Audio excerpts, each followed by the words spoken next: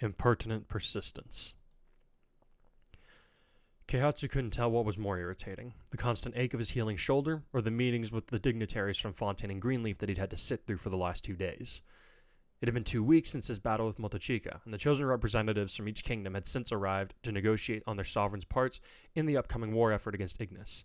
Most of the larger concerns had been addressed by the 3 men themselves, but there were still hundreds of smaller issues that needed to be dealt with before a coalition comprised of 3 different armed forces could mount an offense against Ignis.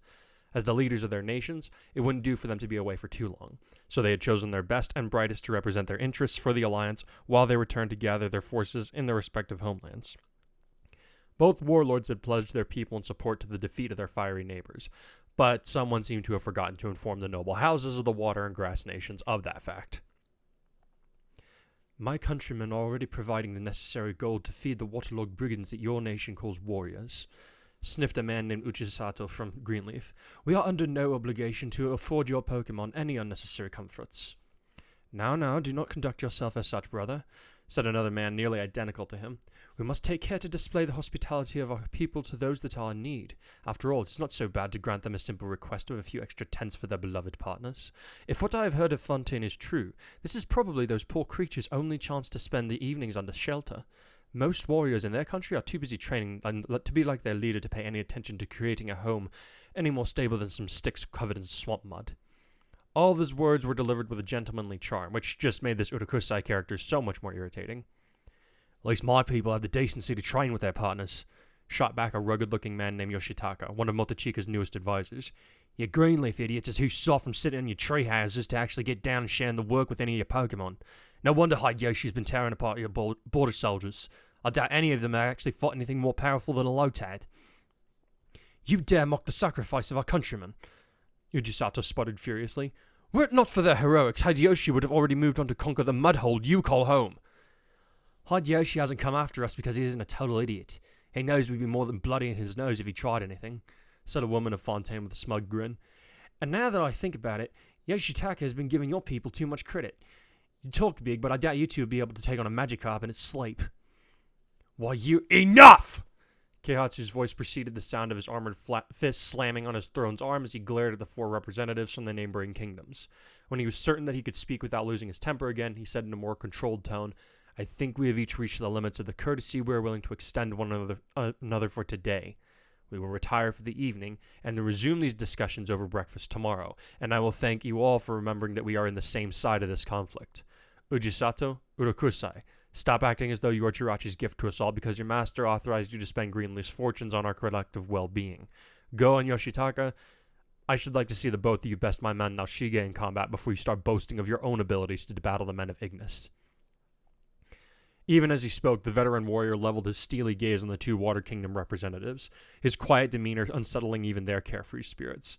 Meanwhile, the men of Greenleaf tried to hide their reddening features with little success as they registered the blows to their inflated egos. After all, as important as they were in their own kingdoms, they could not afford to offend a warlord in his own hall, especially whilst an alliance was being formed between them. Meanwhile, Oichi and Takanobu were doing their best to hide their smiles as their master once again demonstrated his intolerance for disrespect by cutting to the quick and showing his political opponents what it was like when the shoe was on the other foot. I imagine it makes matters worse to be scolded by someone 20 years their junior, the young woman thought. It still amazes me that he can command such a presence without having to resort to violence. Her smile wilted as memories of another warlord flickered through her mind, one who held no reservations about demonstrating his ability to dominate others by strength of flesh and will. Her eyes drifted toward her new master and friend as she could not help but think, there may someday be a reckoning between those two. Is it foolish for me to hope for a future where Keihatsu can quell the ambitions of Nobunaga? A sudden peal of thunder echoed through the halls and caused Oichi to let out a frightened gasp, which saw Naoshige and Takanobu reaching for their swords in anticipation of an attack that would never come. Keihatsu turned to her with concern in his bearing, but she did not miss the looks of scorn from the advisors from Fontaine and Greenleaf that were being directed at her. Rain began to pelt the walls of the palace, forming a background of noise that seemed to lower the volume of everything in the building.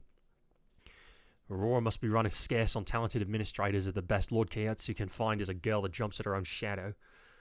Yoshitaka scoffed as he and Go began to exit the room in tandem. That will be all, thank you! Keihatsu boomed, causing the warriors to flinch from the force of his impossibly powerful voice. Once they were gone, the young warlord descended from his throne to extend a hand that he placed on Oichi's trembling shoulder as he asked in a low tone, Are you all right?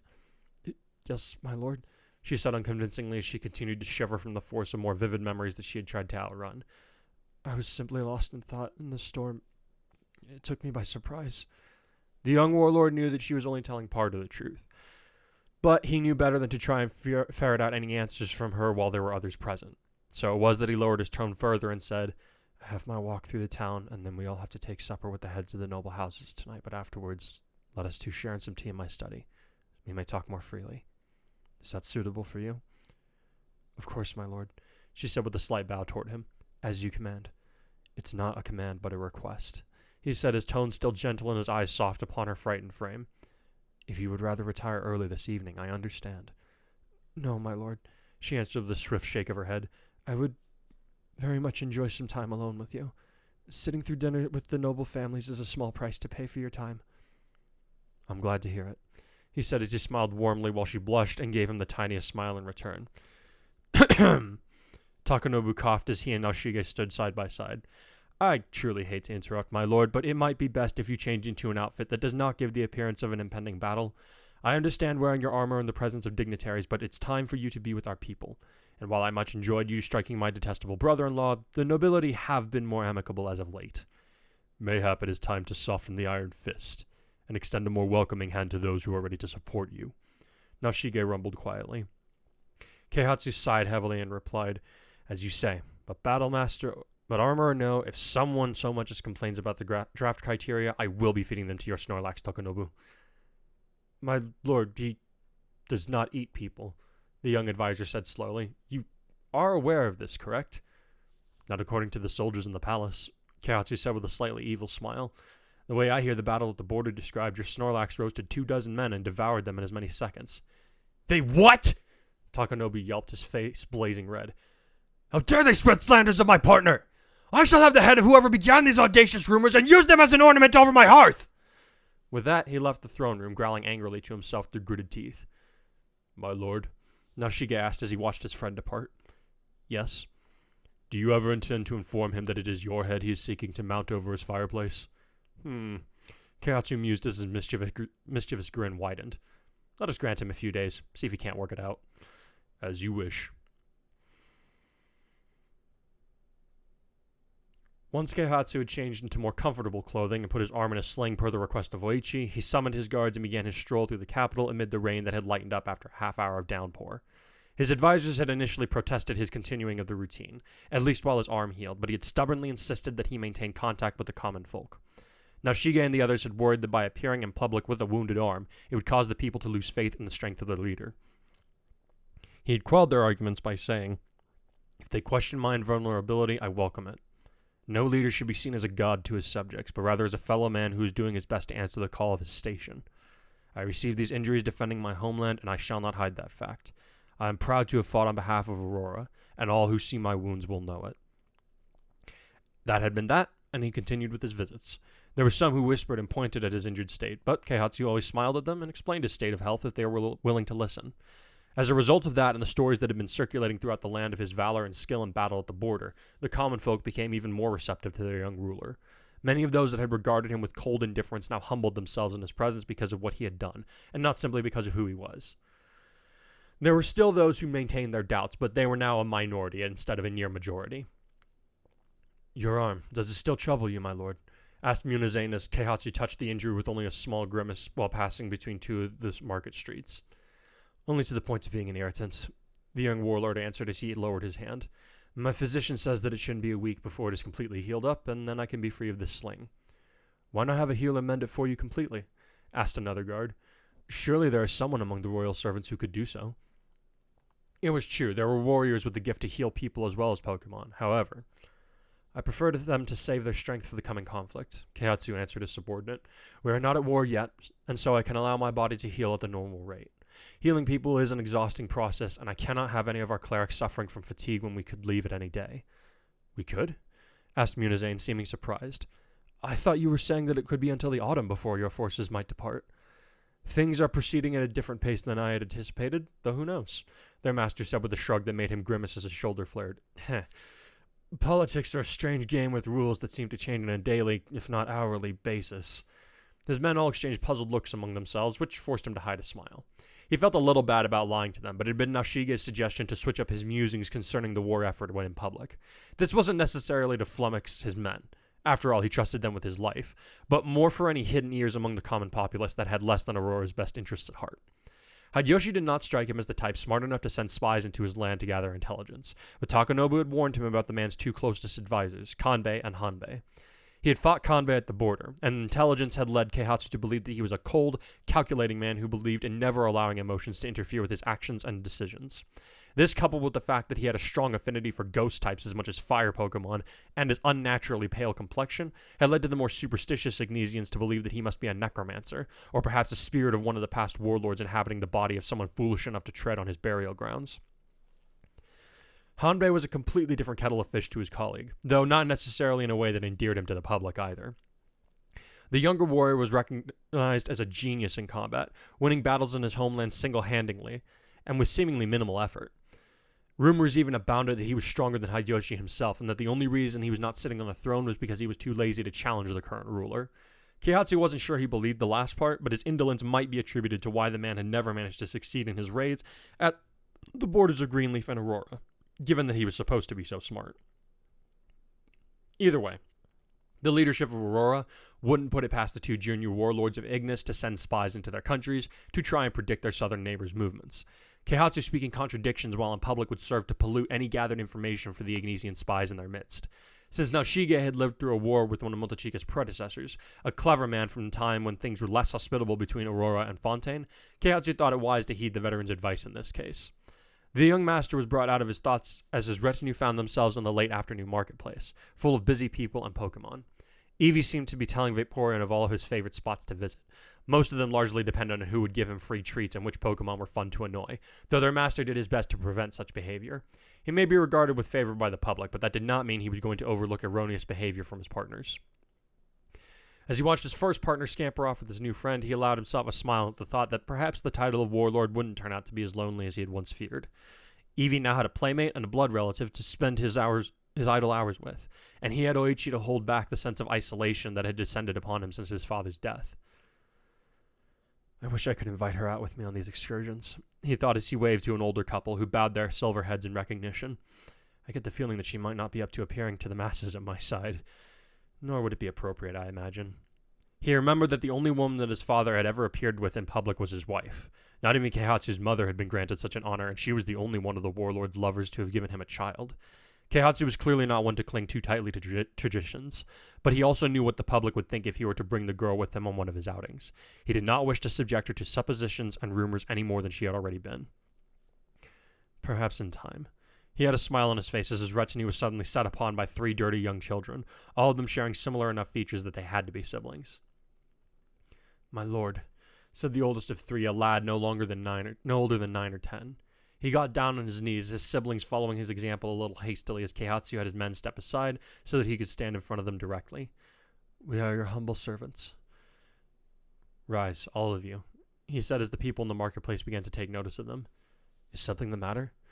The children all got to their feet, the younger ones looking up at him with hollow, haunted eyes, but the eldest kept his head lowered, his eyes cast on the ground. "My lord, I need help, and I do not know who I should turn to. My sisters and I have been on our own since my father was killed by brigands just outside the capital." The boy's thin shoulders began to tremble as he continued. "I've been able to provide food for my family with the help of my Swallow, but she has fallen ill, and I could not make she could not make the journey here. I have not been able to hunt for several days, and my sisters have not been able to eat since yesterday. I come to offer myself in service to your household in the hopes that you will have pity on your servant, so that I may afford the medicine to heal my partner, as well as provide my siblings with something to eat." Keihatsu looked at the broken family with sympathy before he asked, "Have you no relatives that could help you? I would be happy to help you find them if they are in another city." "No, my lord," said the boy. "Our mother died giving birth to little Pearl, and our father's brother died alongside him in battle." "Who was your father, boy?" Mimizane questioned. "He was a highway patrolman, sir." The boy answered as he lowered his head even further. "We are no one, and we have no one else to turn to. Please, my lord, have pity on my sisters. I am willing to become a slave that does your house's most menial tasks if it means that my partner and my sisters can live." "I do not own slaves, and I do not turn my back on my subjects." Keihatsu said as he reached out toward the boy. Come, tell me your name. Truth be told, I know what it is to lose your family at your age, and I do not wish that pain on anyone. You do? Asked the boy as he slowly raised his eyes to the offered hand. I thought the Lord of Oki perished only months ago. I lost my mother when I was about your age, Keihatsu said with a sad smile. Now what is your name? Yarsha, my lord. At last, Keihatsu could see the boy's round face and brown eyes clearly, which had partially sunk into his head. He was willing to bet that even if his sisters had eaten the previous day, he had not put anything substantial into his stomach for days more. He would need to be seen by a healer, not just provided a hot meal and sent to a bed to recover in. If his swallow was sick, it would also be taking its toll on him, even if he was consciously trying to repress their connection as much as he could without severing it entirely, and Keihatsu doubted the boy was skilled enough to do that. Well, Jarsha, I have things that I must attend to this evening on behalf of Aurora, but I will have my men look after you and your sisters, he promised the lad. I will also send someone to retrieve your swallow and bring her to be seen by a friend of mine so she can get better. Truly? Jarsha asked hopefully as tremors overtook his body. On my word as your leader, Keihatsu nodded. Turning to one of his men, he asked, Aki, your younger brother recently departed to undertake his studies as a healer in Greenleaf, yes? That is correct, my lord, the man answered swiftly. Would you terribly mind allowing these three to use the room for the evening? Keihatsu asked as he beckoned for the younger children to come closer to him. I will send someone with fresh clothes and money for any food that they may consume while under your roof. I will also be sending a cleric to make sure that the three of them are not suffering from anything more than malnourishment. My wife would be delighted to house them, sire. Aki nodded sharply. We are expecting our firstborn this winter, and she's been eager to welcome a child into our home for far longer. Is that so? Keihatsu said with a bright smile toward his servant. Congratulations are in order, then. Thank you, my lord, Aki said with pride. Don't worry. These little ones will be safe under my roof. My wife's Kagsakan will watch them at all times, don't you worry. Glad to hear it. Keihatsu chuckled as he turned back around to speak to the child, only to feel a deep cold enter his stomach, followed by something wet and warm saturating his clothes.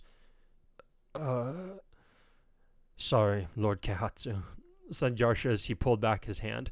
His stomach sprang scarlet while the little girls let out cries of fright and backpedaled, even as Keihatsu stared in a mute shock at the dagger dripping with his blood in the boy's grip. But I had to lie about how my father died. He was actually one of the men in Ignis your people butchered at the border. As his only son, I have a duty to avenge him. You little tepig! Munizane roared as he struck the boy across the head with a backhanded fist, sending him rolling across the ground with a pain cry that frightened his sisters even more. Before they could run away, Aki and another guard had grabbed them by the arms to prevent them from running away, while their Pokemon snarled at them from behind their masters. The fourth guard had just managed to keep Keihatsu from falling into the dirt while he paled from the pain and blood loss, the young lord barely managing to cling to enough sense to put pressure on the deep wound. He managed this by using his good arm to clutch the injured one, still in its sling against the hole in his flesh, though the fabric did little in the way of absorbing the river of crimson pouring out in tandem with his panicked heartbeats. Even as his vision began to flicker between gray and color, he could faintly recognize the shouts of fright and confusion from the citizens everywhere around them. Munizane drew his sword as he yanked Yarsha up by his hair and shouted, You thought that because you are a child you'd be spared the wrath of Aurora, for daring to strike our ruler with a murderer's intent? I'll show you how we deal with spies and assassins, boy! Stop. Keihatsu tried to shout, but his head was swimming too much for him to manage the feat. Don't kill him. Just as Munizane was about to plunge the blade into Jarsha's hyperventilating chest, he was tackled by a sandy-colored blur, knocking him off his feet and forcing him to release the boy. Before Jarsha could get away, though, a blue form pounced on him, pinning his body to the ground while a set of sharp jaws enclosed around his throat, though they did not tighten enough to cut him. Yet. Thank you, Keihatsu told Eevee and Vaporeon. My lord, asked the guard who was holding him up. Get me to the palace, he grunted, barely audible amid the noise of the frightened market. Don't kill the boy. Lock him up. Have his sisters stay with Aki. Lord, they were not privy to his plan. Keihatsu coughed, dribbles of blood leaking from the corners of his mouth. Don't punish them. That's an order. The throbbing, swimming sensation in his head finally became too much to handle, and the world went completely gray before he passed out.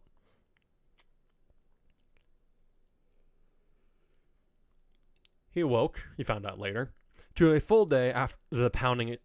He found out later, a full day after the attack, to a pounding headache, a queasy stomach, and a very angry Takanobu with a simmering Naoshige. This is why we didn't want you venturing out into the markets and interacting with the common folk, The younger advisor seethed as he paced back and forth in front of his master's bed, who was propped up on a lot of pillows. Now your accomplishments at the border are being overlooked in the light of the fact that a street orphan without a Pokemon was able to put you on death's door. Your guards will become a laughingstock throughout the kingdom by week's end. And let's not forget, for some reason, you've chosen to spare the life of the person that tried to murder you. I'm not apologizing, Keihatsu mumbled as soon as he felt like he could talk without vomiting. We are not asking you to, Nashige said before Takanobu could make a reply. Not to us, anyway. You should apologize to your people once your strength has recovered. We are about to go to war with Ignis, which is worrying enough for the commoners without having to wonder if the line of succession is about to be destabilized. As much as Keihatsu hated to admit it, Nashige did have a point. It was all well and good for him to want to follow in his father's footsteps and interact with the people in a more approachable manner than the next warlord, but not if it was going to get him into this kind of trouble. Aurora needed its leader live and well if it was to survive the upcoming conflict. Still, if I am to lead the coalition against Ignis, I cannot be afraid to take a stroll in my own backyard for fear of death, he said, his voice quiet from disuse. And I refuse to start distrusting the whole of my people for the actions of a single person. However, he gave Takanobu a stern look before the man could start ranting again so that he could say, on account of my soured health, I will refrain from venturing into the city until we have returned victorious from our war against Ignis. With one exception. Exception, my lord? Nashige inquired patiently. I will be addressing the people the day after tomorrow in the town square. Bring as many troops with you as you feel is necessary, he told the servants. I'll leave my safety in your capable hands this time. I need to assure my people that I will not be taken by a bit of treachery. I will also encourage them to hold fast to their neighbors and loved ones in this uncertain time, because even if something were to happen to me, they must remember that they have each other, and that Aurora is nothing if her people do not stand together, warlord or no. Takanobu inhaled and exhaled a few times, obviously doing his best to restrain his temper before he was finally able to say, As you decree, my lord. Speaking of treachery, why did you not allow Sergeant Muzane to kill the wretch responsible for this? He has more than earned it. Perhaps, but there is more than one way to punish people for their misdeeds. A lesson I would have thought you learned from my actions at the border. The young warlord reminded his subordinate in a dry tone. This caused the other man to look irritated, but he knew that Keihatsu had something in mind that would likely satisfy the demands of justice, even if it did not end in the death of his attacker. What did you have in mind, my lord? Nashige inquired, moving to help his master sit up as he struggled to straighten his back and assume some air of dignity. Thank you, the young man grunted as he clutched his bandaged stomach. Before I answer that, I need to know a few things. Yes. First off, where are the boy's sisters? Aki took them to his home as you commanded, Takanobu said as he folded his arms in irritation. Neither of them have been in any trouble, as you predicted, but they have also been under constant guard. Truthfully, they seem much too frightened to cause any trouble, though they have asked about their brother. For obvious reasons, we are not allowing him to speak to anyone but the soldiers that bring him sustenance. Your Pokemon seem to have taken it upon themselves to guard him around the clock. They refuse to allow any of my men to stand guard, permitting only short visits. Has the healer been to see them? Keihatsu asked tiredly, though he nearly laughed at the thought of Eevee and Vaporeon standing guard in front of a jail cell like a stoutland guarding a flock of Mareep. They were both merely tired and hungry, according to Mara, Nashige informed them. We withheld medical treatment from Yasha, though he has been given adequate food and water while in the prison, neither of which he has touched. Has he said anything?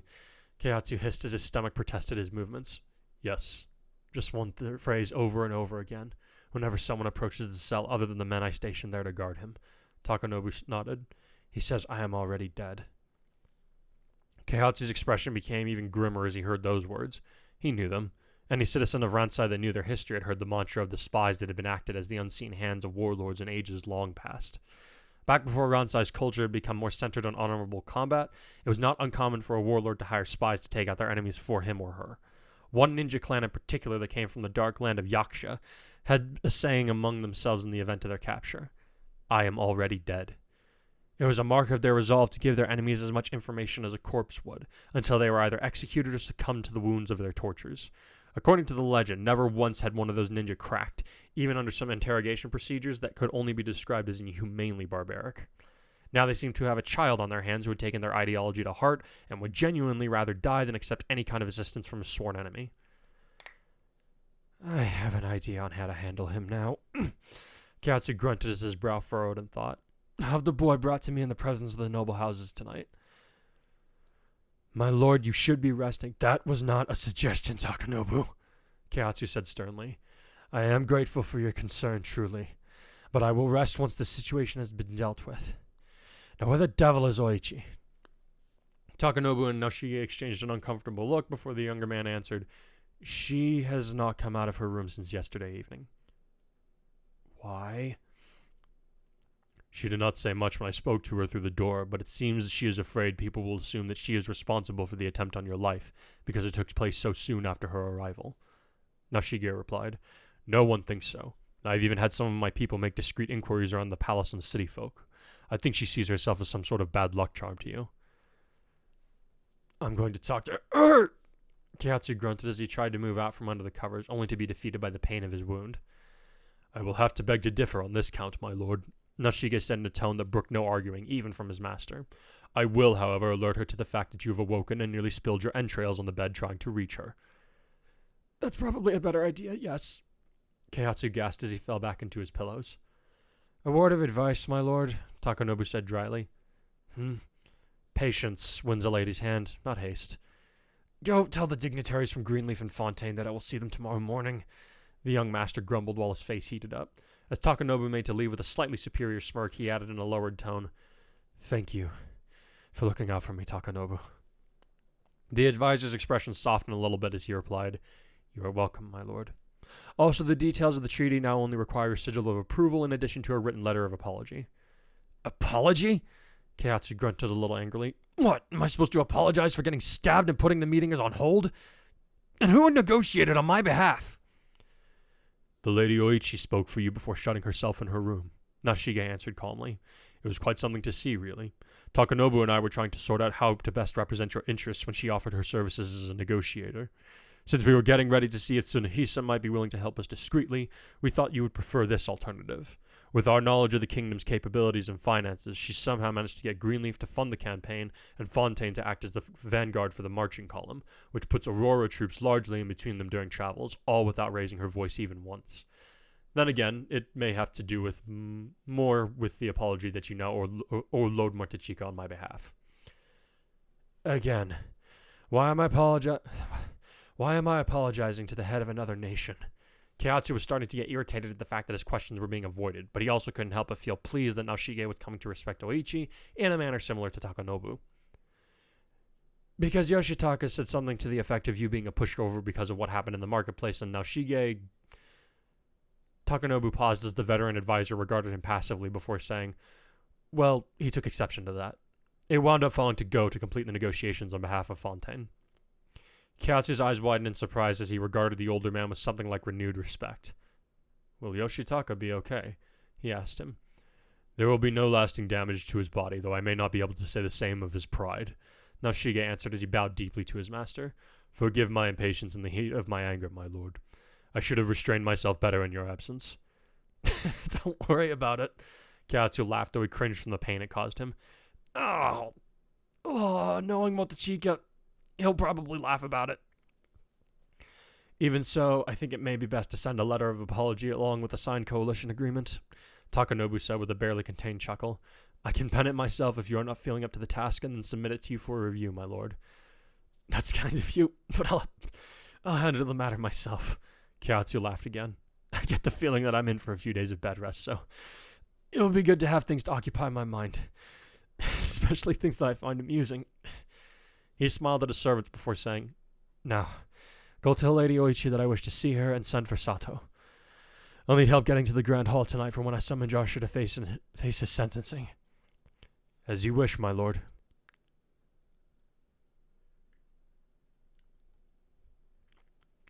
Oichi came sooner than he had thought she would, which was a relief. But once she had come into his room, she got down on one knee and would not look up or say anything to him, even when he commanded that the doors be shut and they be given privacy. Oichi? He finally asked once he was certain there were no prying ears present. Are you all right? No, my lord. she answered just loud enough for him to hear her. The rain had continued on from the previous afternoon, making it a little bit harder to detect her voice, though the weather was not as intense as when it had begun. I am not all right. I am to blame for your condition, and I cannot bear the thought of any more harm coming to you on my behalf. He realized that she was crying, and that worried him. The blame falls on the shoulders of Hideyoshi and myself for this, he insisted as strongly as he could, which wasn't with much force due to the healing wound in his gut, but he hoped it would be enough to convey the conviction that he felt. He for making war against my people, and me for retaliating in a way that created orphans among his nation. After a brief pause, he added, and there's no need to address me as Lord right now. It's just the two of us. I cannot, my lord, she said as she trembled where she knelt. I do not deserve your kindness, much less your friendship, when I am responsible for bringing calamity upon your household. What are you? My entire life, ill omens befall those who get close to me, she insisted as she finally looked up at him so that he could see the river of tears flowing from her eyes. It's why I have stayed on the move, never settling down despite being a full continent away from Dragnor. My mother died giving birth to me, my father soon joined her in the earth. My elder brother lost his standing among our people because he chose to ignore the traditions of our house and elected to raise me himself, and was shunned to the point where many in Dragnor refused to even acknowledge his existence. The few children who did reach out to me while I was growing up were all threatened disownment by their families if they continued their association with my family. Even when I left my homeland, every house that I have ever visited has had one disaster or another strike them, always after a storm descends upon the land. I knew that when the rain began to fall that some tragedy would strike you, but I kept silent in the hopes that things could be different this time, but no. In Nixstorm, Avia, Kragsburg, Ursalia, every region that I see, death, illness, robbery, and betrayals follow me, and no one is safe from my bane of an existence. Every time I try to do good and make it right, I am reviled and cast out by those who I thought would do me kindness. When I was first taken into your presence, I feared what I would bring upon your house, upon you. She sobbed, her whole body shaking as he stared at her with wide, dumbstruck eyes from where he lay. I wanted to leave, but you were so kind and gentle. Even more so than anyone who had reached out to me before. I was so lonely. I wanted to spare you the misfortune of knowing me because I knew your people needed you, but I gave in to the temptation of thinking that maybe, just maybe, I had finally outrun my cursed luck. And when you asked me to stay by your side to be your friend and confidant, my heart felt joys it had not had in years. You stood strong in spite of the battle against Ignis' invasion, and I felt certain then that I was free. And now you... Her voice became too strangled for her to continue for a moment, but then she managed to get out. You were grievously wounded. I feared for your kingdom, so I tried to help make peace with Fontaine and Greenleaf so that you could awaken without worry, but now I realize I was just trying to assuage my own guilt for bringing this upon you. You who went out of your way to make a home for me. You who defended me, even from your own people. You with who for the first time in my life I dared to hope for more. She lowered her head again as she groaned. I know what comes next. What always comes next. I only have myself to blame for daring to hope.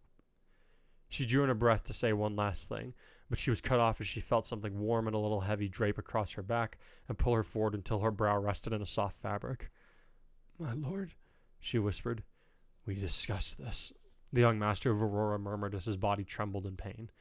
To you, I am Keihatsu, and I hereby lift your Korsoichi. She tried to lift her head off of his shoulder, intending to withdraw from his embrace, but then she felt one of his arms move, followed by his hand gently combing through her tresses while he continued to speak softly to her. I will not cast you out for the circumstances that are beyond your control. I am not dead, and I believe that is for a reason. Whether it is because of some destiny that I have yet to achieve, or simply because it is time for you to stop being alone, I don't know. Regardless, I will not allow you to suffer the pain of isolation any longer. My lord, she squeaked out through another sob. He tightened his hold on her for a brief moment before he said, That is not who I am to you, Oichi. Keihatsu. She sniffled as she clutched at his robes like a lifeline. You can't. I'll only hurt you again. I don't want that.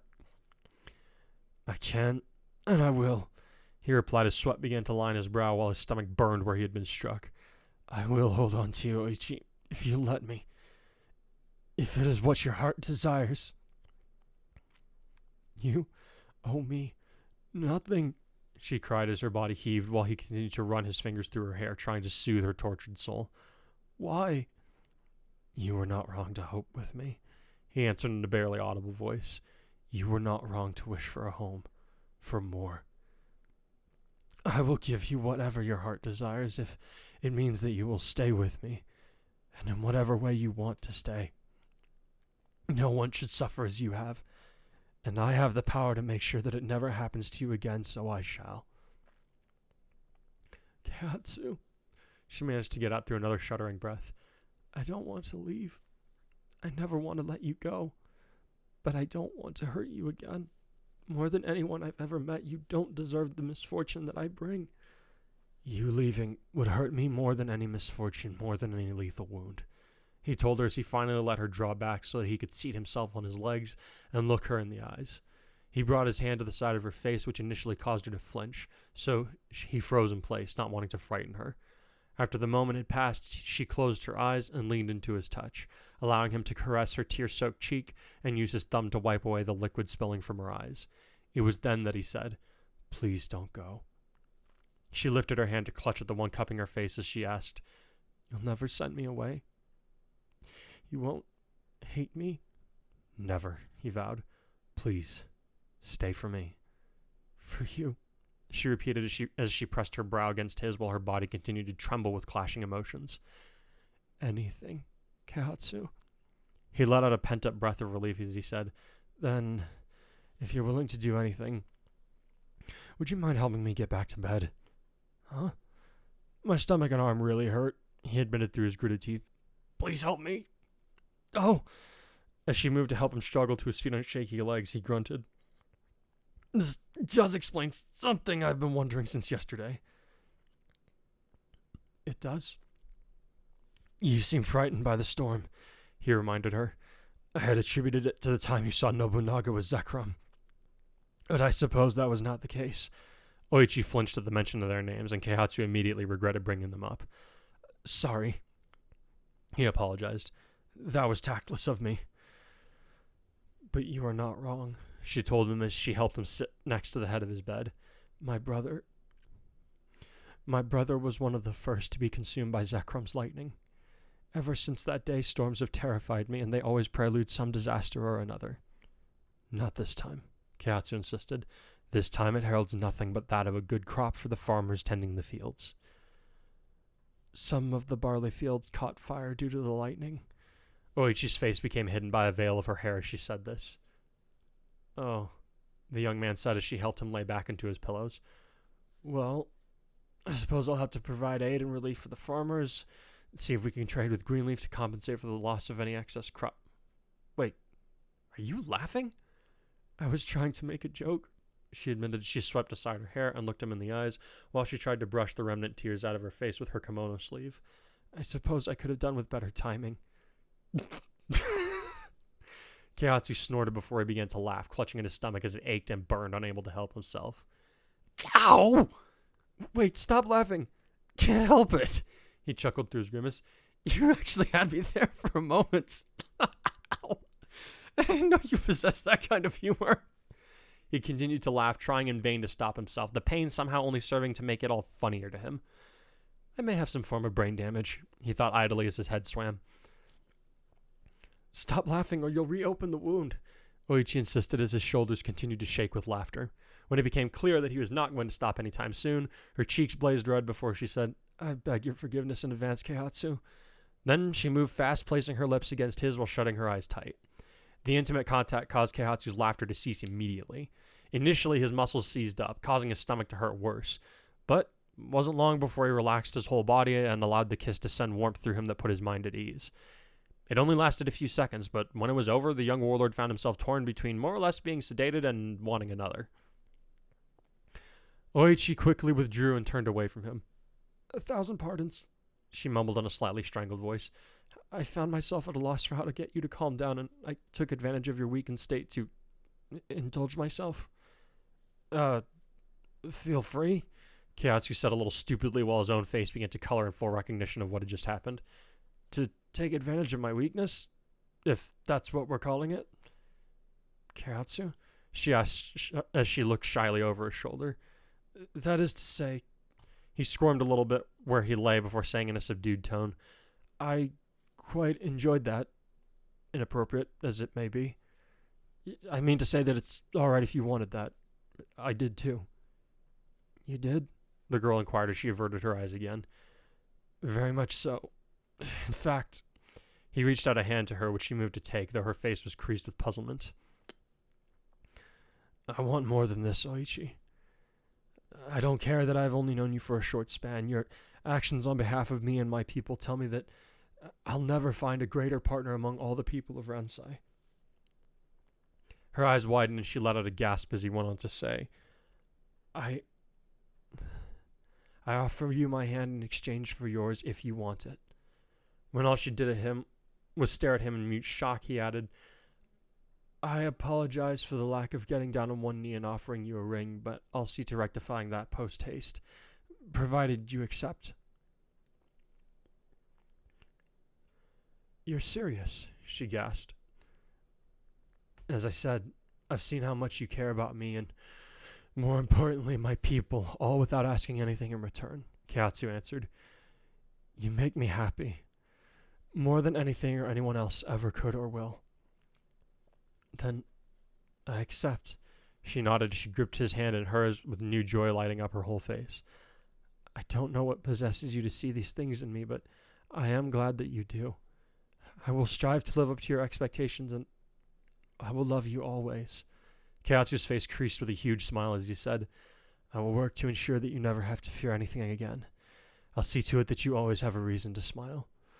Finished with his piece, he lifted her hand and kissed it softly, causing her to giggle lightly, a sound akin to music in his ears. My heart and the love that comes with it are yours, forever. He knew there would be those who called him mad for choosing a woman whom he had known for so short a time, but he didn't care. Most of the suitors that he had been approached by had only known him by title, and the ones that he did know he either didn't like or didn't trust, oftentimes both. He certainly hadn't felt any love for any of them, and if he had learned one thing not to do from his father, it was not to marry for the sake of others. He would bind his life to this one because with Oichi, he felt home. After a moment of thought, Oichi gave him a shy smile as she asked, May we keep this between the two of us for now? I do not wish to upset the noble houses any more than I already have, and I would much prefer them leave you in peace as opposed to the uproar that this could cause. You need them rallied behind you for what is to come, not trying to tear you down again. I don't know, Keihatsu said with a mischievous grin. I'm sure it won't be long before other men in the kingdom take note of your beauty and decide they want to have you for themselves. If I declare you as my betrothed in public, you won't have to deal with the suitors that will no doubt light themselves up to have your hand. Flatterer. She giggled as she sat beside him and reached out with a shaky hand to stroke his hair, which had been matted with sweat over the course of the last day due to the pain of his injuries and the effort his body was put into recovering his health. Perhaps when we return from Ignis. As you wish. He sighed deeply, her gentle caresses lulling him back into the world of dreams. Oichi, yes? If we wish to keep this private for now, we'd best let the servants in soon, or else there will be talk, he mumbled. I mean, more than there already is. I see, the girl said a little wistfully. I wish we could make this moment last longer. We have many more moments like this to come, he promised her. Of course, if you wish to make our engagement public, we could take some more time for it to just be the two of us. Tempting, to be sure, but what kind of betrothed would I be if I did not seek to preserve your dignity? Oichi said before she kissed his brow and stood up. I'll send for your servants. Sir Nashige said that you wanted to address the houses and pass judgment on the boy. Her smile faded as she asked, What will you do with him? I won't kill him, but I will not let him off the hook either. Keihatsu answered as he felt the joy of the moment begin to depart the room. He made a mistake, and mistakes have consequences. Do you trust me to do the right thing? Of course. She nodded slowly as she wiped the last of her tears before reaching for the door. I'll see you soon. As soon as she was gone, Keihatsu smiled and said to himself, Patience, huh, Takanobu? Once Keihatsu had been dressed in the minimally acceptable attire for appearing before the noble houses in court, he sent a message to Evie and Vaporeon to allow the guards to take Joshua out of his cell and come to him in the grand hall. The young warlord was pale and in plenty of pain by the time he made it to his throne, but he made no noise of complaint, nor did he utter one word to his discomfort. Once his head servant had helped him sit in the large chair, his Pokemon, Naoshige, Takanobu, and Oichi arrived to stand at his side, which allowed Sato to take his leave. As soon as he was gone, the heads of the noble houses entered the room, taking up their usual spots near the columns that lined the hall and talking in lowered tones among themselves. There was more than one concerned look thrown toward Keihatsu, all of which he met with an even expression and a quiet nod to let them know he was faring better than they feared. It only took a few minutes for everyone to be in attendance, and once they were, Keihatsu stood up straight and said, "Thank you for gathering on such short notice, lords and ladies of Aurora. Today we address an issue most dire, and I require your presence to see that justice is meted out according to our laws." He swung his head toward the chamberlain and gave him another short nod. In response, the man struck the stone beneath him with his rod, producing a cracking bang, which preceded him saying, "Presenting to the royal court of Aurora to receive judgment for his crimes, Joshua of Ignis." The doors swung open again to herald the arrival of Keihatsu's attacker, bound in chains and being led along by two guards and their Pokemon. Evie and Vaporeon both growled deep in their throats as the boy drew near to the dais, causing the men leading Joshua to halt in place. The chamberlain then continued on to say, "This boy stands accused of sneaking in across the border and attempting to murder our sovereign ruler. How does the defendant plead?" "Attempting," Joshua repeated as his eyes flicked up from the floor to meet Keihatsu's, who stared down at him with a passive expression, neither condemning nor pitying. "How? I stabbed you in the stomach!" It seemed that no one had yet informed him that his assassination attempt had failed. "I have talented healers, and you have a poor aim," Keihatsu replied blandly. "If you want to kill someone with a knife to the abdomen, aim higher. There are more vital spots beneath the ribs." "I'll keep that in mind the next time I get within reaching distance of you," Joshua grunted as he started forward, only to have a rod smacked into the back of his knees, sending him crashing to the ground. "Keep your insolent tongue silent!" Takanobu shouted as the guard that struck the boy kept the butt of his rod pressed against the back of Joshua's lowered head. Evie and Vaporeon both barked warning snarls at Joshua as he groaned in pain. Apparently their goodwill toward him only went so far as keeping him alive until their master said otherwise. "Peace, all of you," Keihatsu ordered quietly, his voice still betraying none of the pain he had to be in. "Bailiff, please get Joshua on his feet." When the boy was forced back to a standing position, both of Keihatsu's Pokemon looked up at him with a puzzled air. "Trust me," he assured them, which saw to the both of them sitting on their haunches with more relaxed demeanors. As soon as the boy was standing up straight again, Keihatsu said to him, "Answer the chamberlain." "This is all your fault," the boy said defiantly. Keihatsu held up a hand to prevent the guard from striking the prisoner as he went on to say, "If you would just let Lord Hideyoshi take over Aurora like he wanted, then your people wouldn't have fought back and my father would still be alive." The corner of Keihatsu's mouth turned downward as he replied, "You cast blame on the wrong warlord, Joshua. Just as it is my duty to defend the lives of my people in Aurora, it is the responsibility of the one who sits on Ignis' throne to defend its citizens, not throw their lives away in pursuit of senseless violence and conquest. I did nothing to provoke Ignis or Hideyoshi, nor did my father, if memory serves." "It doesn't change the fact that you killed my father!" the boy shouted as he struggled against his fetters. "Ugh! I don't care about Aurora, and I don't care who started it! You're responsible for my father!" The child was working himself up to an exhausted frenzy, Keihatsu could see. There would be no reasoning with him as he was. "You have tried to take my life when I only showed you sympathy and offered you aid in the time of your need. Do any of the people gathered here as witnesses object to a guilty verdict?" He addressed the last few words to his people. None of them spoke in the boy's defense, only to say that they unanimously agreed on his guilt, even those like Kurogiri, whom he considered his adversaries in the political arena. "Joshua, you are deemed guilty by both your words and actions," he announced. "I have prepared a sentence that I will have carried out unless someone in these halls gives me valid reason to change your punishment." The room reached a fever pitch of interested mutterings now. This was the first time Keihatsu had personally dealt with anything worse than a thief, so it was only natural for them to be curious about how he would handle it. Based on what they knew of him, and his orders not to kill the boy yesterday, they doubted it was to be an execution, but they couldn't fathom what he might do instead. They didn't have to wait long to find out, though. "My healer examined the boy before he came here," he began. "He claimed to have a Pokemon partner as a part of the ploy to gain my sympathy, but this has been revealed to be a falsehood.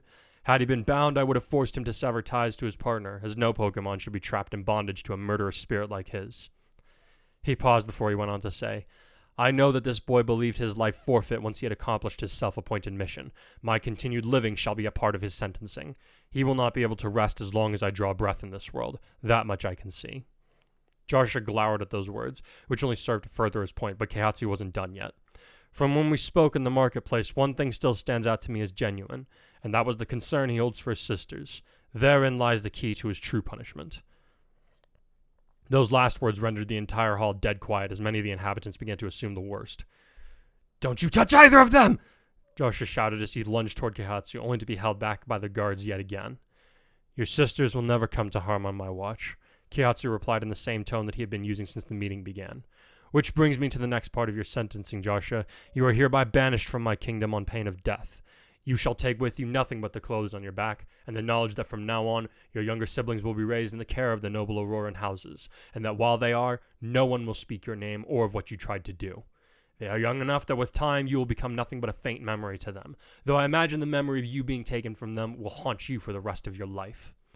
This got the houses murmuring among themselves again, adding to the background noise of the rain pattering outside. "You can't do that!" the boy shouted, though this time his voice was strained with fear, not anger. "They didn't do anything to you! You can't punish them!"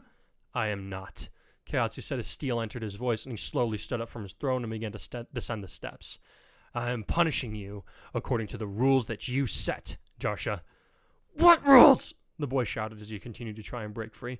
"Let me out! Take me to my sisters now!" "Be quiet!" Keihatsu thundered, his powerful voice booming in the large hall and silencing everyone in it. His expression did not change, giving no hint to what emotion had given him the strength to produce such a sound. Speaking once more in his normal tone as he reached the bottom of the steps, the young warlord said, "Understand, Joshua, that all of Aurora is under my protection, just as your family was supposed to be under yours. You tried to take me from my family. Now I shall take you from yours. That is your punishment, son of Ignis." Joshua was white as a sheet by the time Keihatsu came to stand just outside of the boy's reach, where he stayed, his expression blank and cold. "You spoke of loss, sir," said the criminal with a trembling voice. "You said that you would not wish it upon anyone my age. How can you turn back on your own words so easily?" "Just because I do not wish it does not mean that it will not happen," Keihatsu answered him. "You have made your bed, Joshua. All that is left for you is to lie on it. However," he regarded the crumbling youth in front of him before he added, "if you ever wish to take back your family, send word to me after you have established a bond with a Pokémon partner and have grown strong enough to challenge me." Once again, the hall was host to a multitude of murmuring voices buzzing with intrigue and apprehension. "If you can show me that you are willing to meet me in an honest battle without resorting to underhanded tactics or in order to fight for what you desire, if you show me that you can grow out of this poisonous mindset, then we will see about a family reunion." "My lord," the chamberlain squawked, "are you certain that—" "I believe in second chances," Keihatsu said firmly while keeping his eyes locked on Joshua. "No one should be denied the chance to change themselves into someone better." "I don't," Joshua growled as the guards began to lead him away at Keihatsu's command. "People don't change. You're stupid, Lord of Aurora, and one day I will exploit your compassion again. You will die for my father, and now for the rest of my family. I will have my revenge!" His shouts became more and more incoherent as he was dragged out of the hall on the side of the noble houses, until they faded into the sound of the rain. "My lord, is this truly the best course of actions?" asked one of the house heads, a woman in her early 50s who had inherited the title from her late husband. "He clearly has no intention of changing his mind about you, or what he wants to do if he ever comes back. One's character cannot be judged on one hasty decision made in the midst of heartbreak and loss." Keihatsu answered as he cast his tired eyes upon her. "He is a victim of this just as much as, if not more than, those who have lost their lives to this conflict between Ignis and us. I do not want him to die, whatever he may wish for me. After all, he's not the first of his kind to come out of a war-torn home, nor will he be the last. My hope is that by showing mercy whenever I have the chance, people will recognize me as someone that wishes for a world without need for this kind of conflict between mankind."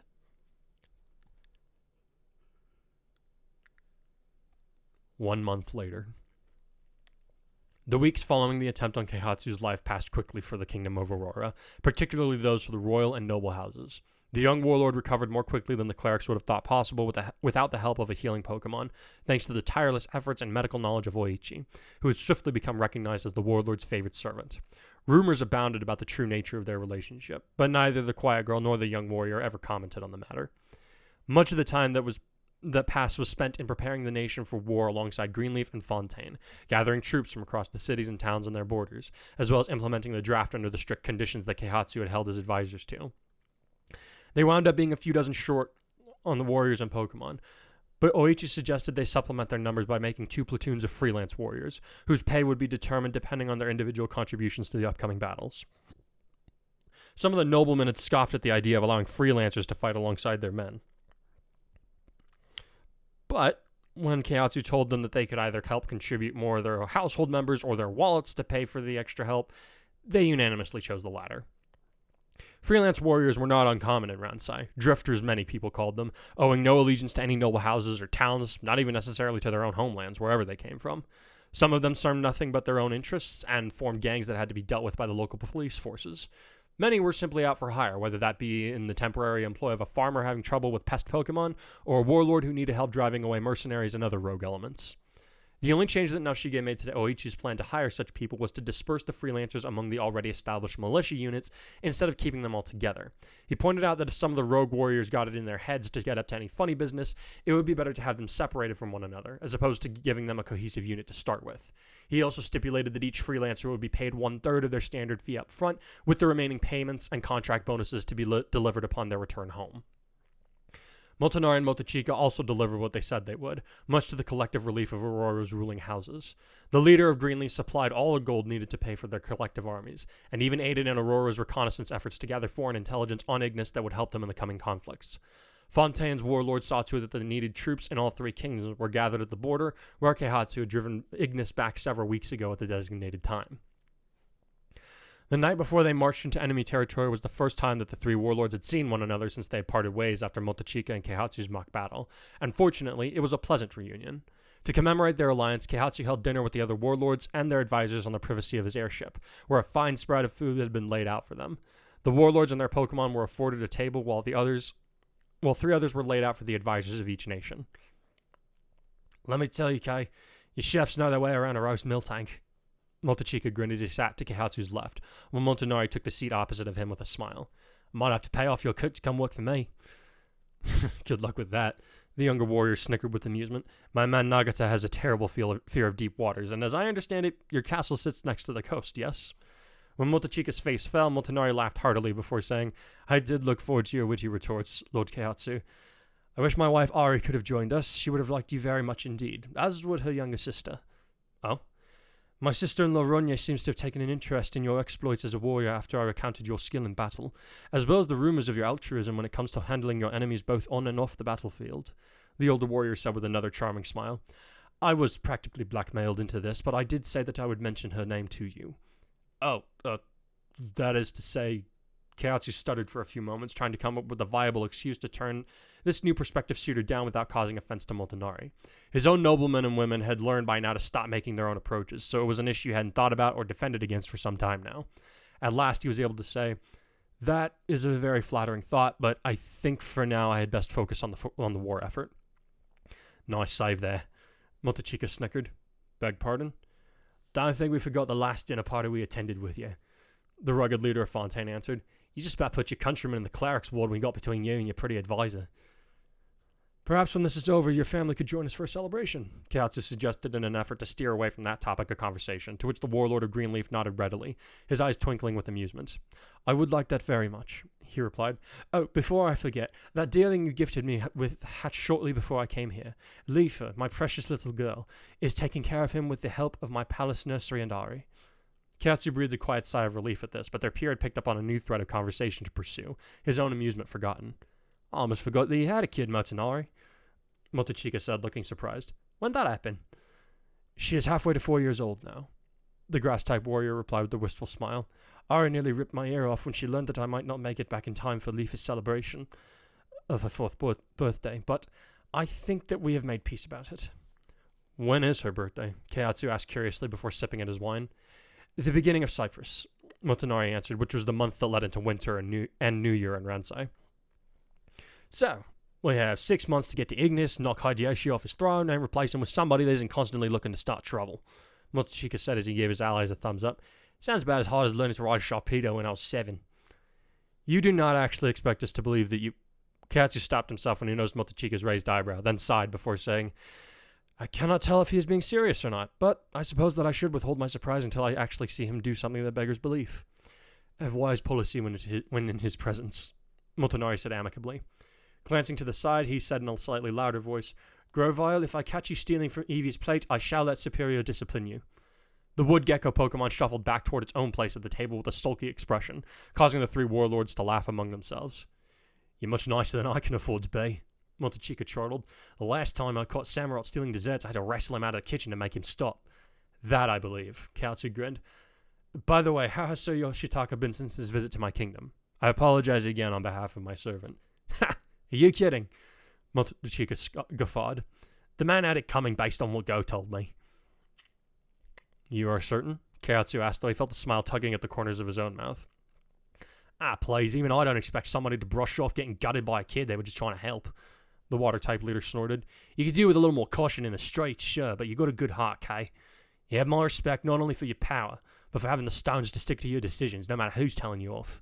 Yoshitaka has the makings of a junior warlord, but unless he learns to see that not every measure of strength is in honorable combat, he's sunk as a warrior. This coming from the man who challenged his host to a fight before you even had the chance to sit down to dinner. Montanari chuckled. I stand by what I said. Keihatsu laughed at the both of them before he raised a glass. Here's to our venture, gentlemen. May we protect our homes and the future generations to come with our actions in the coming months. Hear, hear. Montanari agreed as he raised his champagne glass. What you said, Motochika grinned as he held up his ale. The three men drank, and an unspoken pact of camaraderie between them was sealed. The next day, Keihatsu stood on the wall of the fort that overlooked the path leading into Ignis, thousands of warriors and conscripts standing before him. The sun was rising over the eastern mountains, warming the pre-autumn morning that they all stood in, while the men and women looked up at the young warlord that many of them had heard about.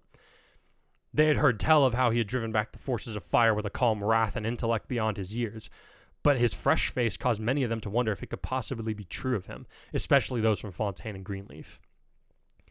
Keihatsu was taking deep, measured breaths as Motochika and Motonari stood one on each side of him in a show of support, while their advisors all stood out, spread on either side beyond them. The young man wished that Oichi could be by his side in that moment, but even the knowledge that she stood with him at all was a comforting one. He had made public addresses before, but not to a gathering this large, nor to so diverse a population.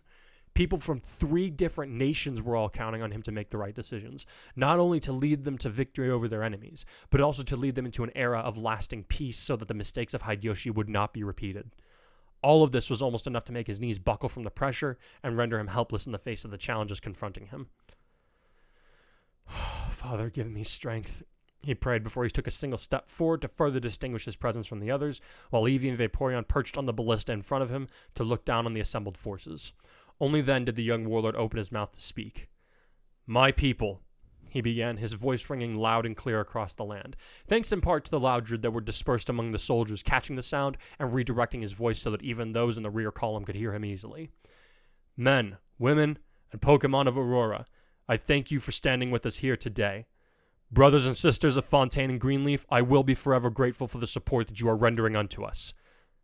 What we are about to undertake is not something that any of us should wish for, because we march out to spill the blood of our fellow citizens of Ransai. I only venture forth knowing that if we continue to wait any longer, more unnecessary bloodshed will soak into our homelands, a thought that I refuse to harbor without anger. Here he clenched his fist in front of his chest as he continued on to say, we march to war, an ugly thought if there ever was one.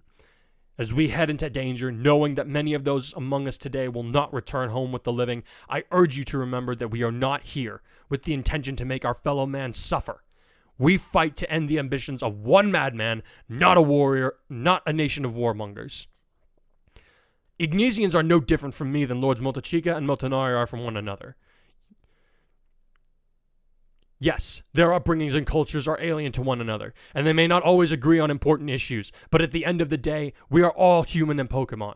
So it is with the citizens and soldiers of Ignis, all whom are lacking a leader that seeks to protect their best interests with all of his heart, unlike the leaders that you have been blessed with. Because of Hideyoshi's negligence, it now falls to us, as fellow brothers and sisters of Ransai, to protect those that cannot protect themselves, even if it is against their own warlord. Keihatsu raised his fist skyward as he shouted, People of Aurora, Fontaine, and Greenleaf, We do not march to conquer. You all stand here with anger in your hearts, and rightly so.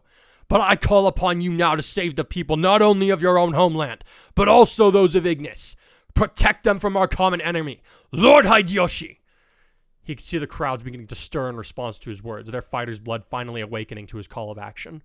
Pressing on with this thought in mind, he placed his fists on the stone ballista in front of him, between Eevee and Vaporeon, as he shouted, "Who commanded the border forces here to be killed in order to pave the road for his conquest of Aurora?" "Hideyoshi!" the warrior shouted back. "Who authorized the slaughter of not only the soldiers in Greenleaf, but also the towns that lay just beyond the borders?" "Hideyoshi! Who do we take up arms against this day? Is it the people of Ignis?" "No!"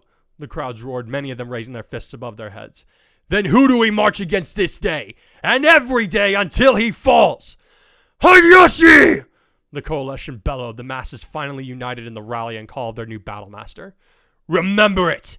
Keihatsu commanded as he slammed his fist to his left breast. "Brothers and sisters of Aurora, Deo Ecclesiae Patriae! Deo Ecclesiae Patriae!" his countrymen echoed as they mimicked his salute. "People of Greenleaf," Motonori called out as he stepped beside his fellow warlord and now friend. "From the earth to the forest we shall venture, and from the forest to the earth may we return," his people called back. "Warriors!" Motochika barked as he followed suit, coming to stand beside the other warlords of the coalition. Slamming his breast twice, he shouted, "For the Red Waters!" His portion of the army responded with the same salute and the phrase, "For the Red Waters! Brothers and sisters of Ransai!"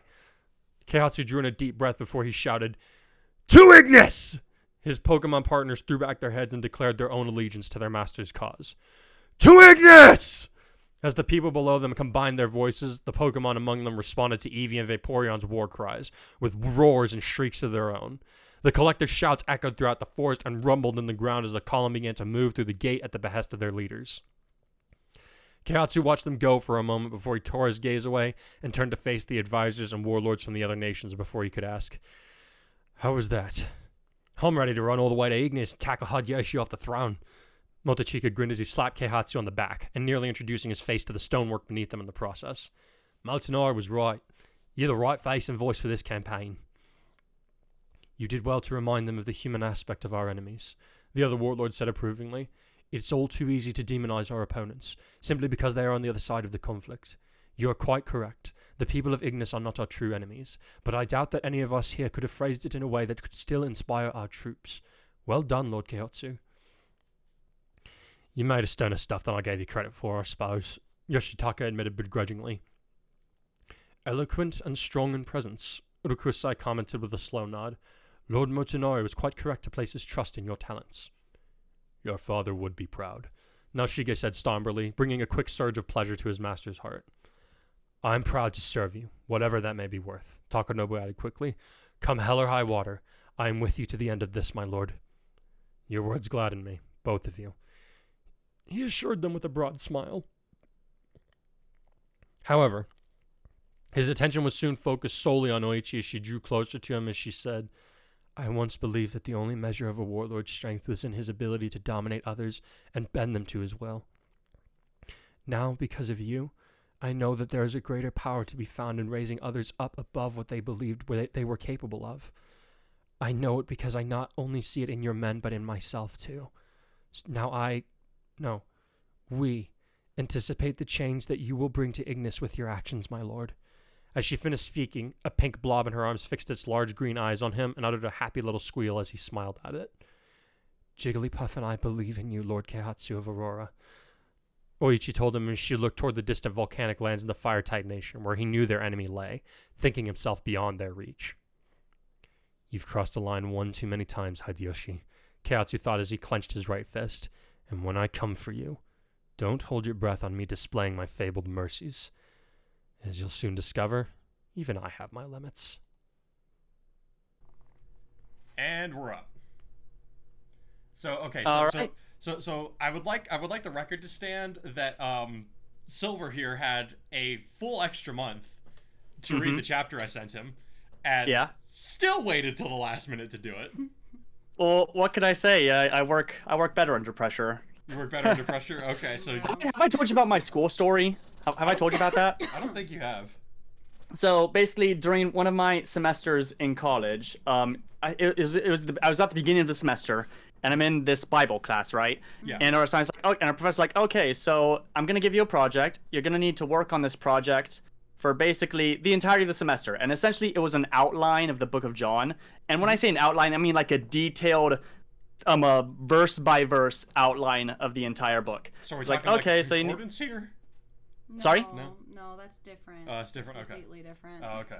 No, it was basically just like both like analyzing what the scriptures were saying, and then explaining what they meant, and verse by verse, mind you. And he's like, and this is supposed to be like this is due at like the end of the semester, and it's probably gonna be like easily over like 20-30 pages. I'm like, okay, and so I start working on it like one day, like the day there. I'm like, I'm gonna give it, and so I like go through a few verses. I'm like, okay, I did a few verses. I'll do some next, and then next thing I know, it's a week until the end of the semester. I'm like, I have not worked on this at all.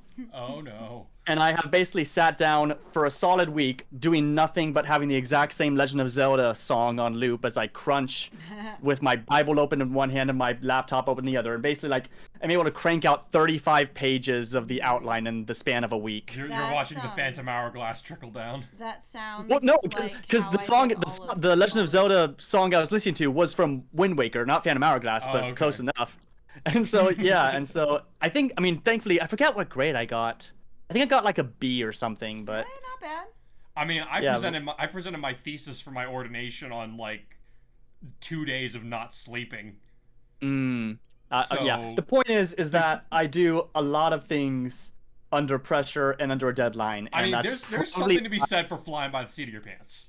Yeah, and that's probably why I haven't been able to get any of my stupid personal writings done, because I don't have any kind of personal deadline. Oh no. Oh man, I'll say this until the end, because I'm not gonna like let me tell you about all the stories that I've been trying to write but haven't. Yeah. Don't even get me started. I'll say that till the end, because I actually do have some things I want to mention that kind of popped out to me while reading this. Okay, like for every story that I put up on fanfiction, there's like 10 more that I haven't written. Well, here's the thing. You've written, though. You have, like, what is it, like 6, 7 completed stories on fanfiction, Something and then you like have an that. actual published book Yeah. that I'm still waiting on the sequel for 7 years down the line. You're gonna be waiting for that until your grave, man. I probably am. But the point is that I literally only have a single one-shot to my name. I mean, it was a fun one-shot. It was a fun one-shot. It is, and I had fun with that. Genuine. Well, that's good to hear, because that was, honestly, I still go back and, like, reread that, because that's probably one of my, granted, it's the only complete thing I've written, but at the same time, it's probably one of my favorite things that I have written. Like, I liked that. I liked that we kind of had a little competition with that, because it was different to what I had envisioned, but it certainly worked. And you know the irony about that? What's that? Is that it was technically under a deadline, because I was trying to write that before you got yours out. Oh, man. So yeah, you know what? Okay, you know what? Before I start talking about the chapter, before you release your next chapter, I am going to finish at the very least my Pokemon one-shot, because I got a lot of ideas for fine-tuning it while reading this, and I'll touch on that while my review. Okay. But mind you, like, this podcast is my review. That's why I haven't been posting to Warpath, because this right here is my review. Okay, that's and fine. anything that I write down would basically be saying the exact same. Unless you want me to, because like I like having things in writing as well. Okay. Alrighty. So without further ado, then let's go ahead and jump into the chapter. Like, what should we do this by, like, what stood out to you first, or should we, like, go through this, like, in chronological order of the chapter progression? What do you think? I don't have nearly as many notes for, again, relatively obvious reasons, because it was more of a rush job. Yeah. I do also have notes on chapter 5, since I didn't talk about that, but we can talk about that after the fact. Okay. If you want. I mean, if you've got those notes, we can go ahead and go through those real quick as chapter 5. Sure. Yeah, I'll just blaze through the chapter 5 notes. There's not a whole lot, but I do want to throw them out there. Okay. And most of these are written just kind of like again, either early this morning before I went to work, or like during my lunch break while I'm at work, and so some of them might be a bit rushed. All right. I don't think I ever mentioned this. I mean, I mentioned this in like one of our other podcasts, because you mentioned like, oh hey, that's the slogan of my old school. But it only occurred to me like here, the old language in a Japanese-based nation is Latin. Yeah. Just throwing that out there. Yeah. I didn't say that it had to make. I didn't say that it had to make sense. Okay, moving on. Next note. No, I'm just kidding. But seriously, that's all I put there. I was just there's also something I noted, and this is kind of the point of the story, or at least the point of the style of writing anyways, because like you mentioned how your friend said, oh yeah, this is like Game of Thrones meets Pokemon and isn't as bad as Game of Thrones in terms of content. Yeah. But basically what I wrote here is that I did note how there was always my exact words as I was writing them is, quote, sometimes an overt attempt to be Shakespeare, most evident with Oichi. How's that? And because like here, I can even pull up exactly what I'm talking about, because there was one specific line. I am not making an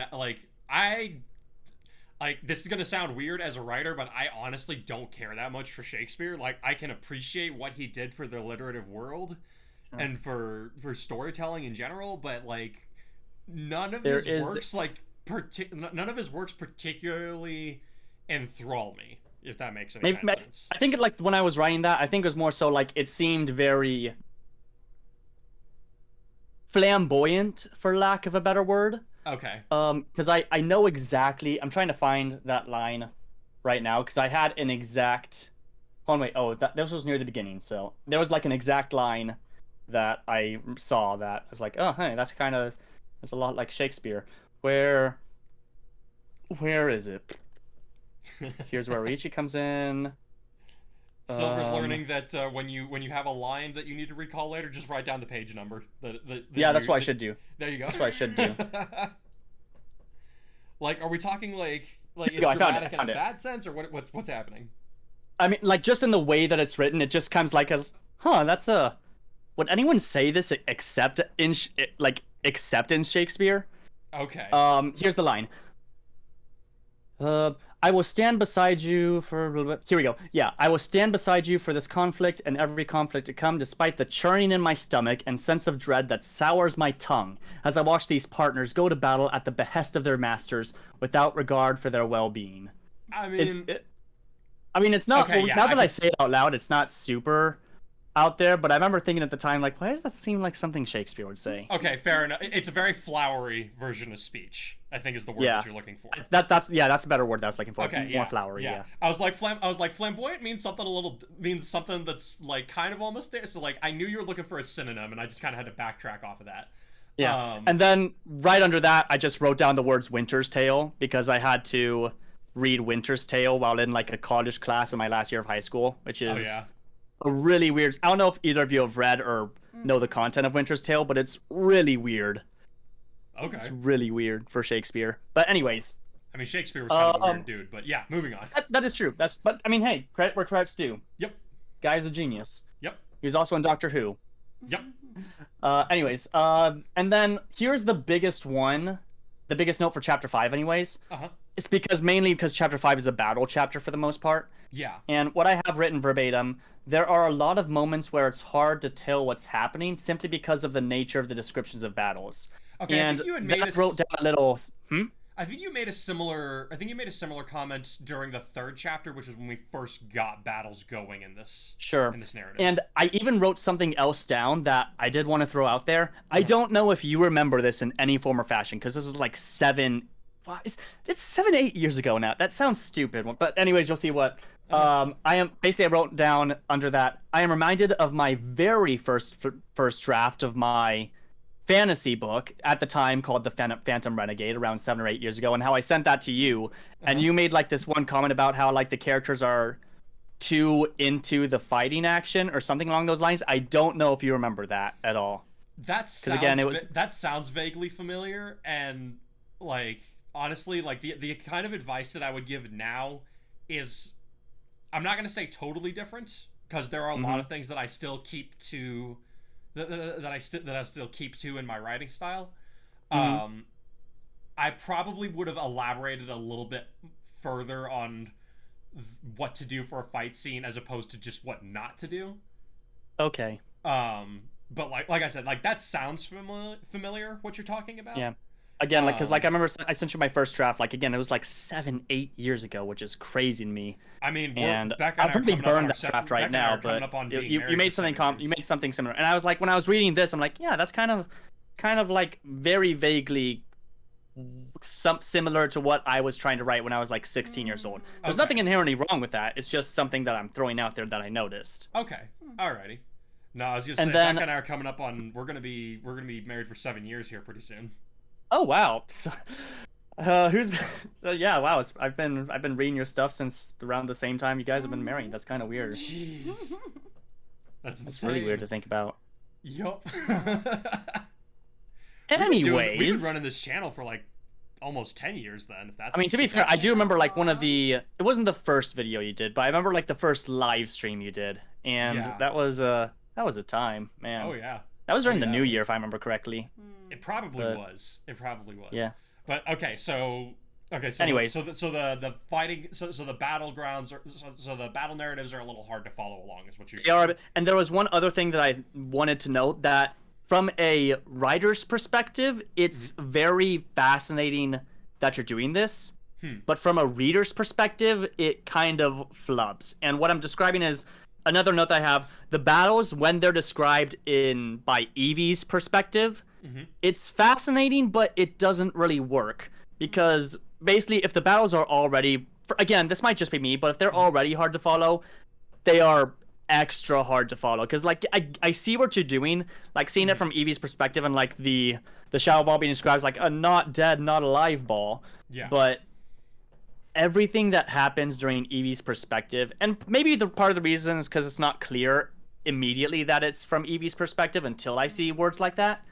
But it just makes it especially hard to follow for me, Okay. anyways. I can't speak for everyone, but I mean, I feel like Maybe it's that's some it's kind interesting in concept, but So what both you're saying times is that I've that- seen it in writing, it hasn't really worked. okay, so what you're saying is like I stepped too, so like in stepping into the role of writer, I've stepped a little too far away from the role of the reader.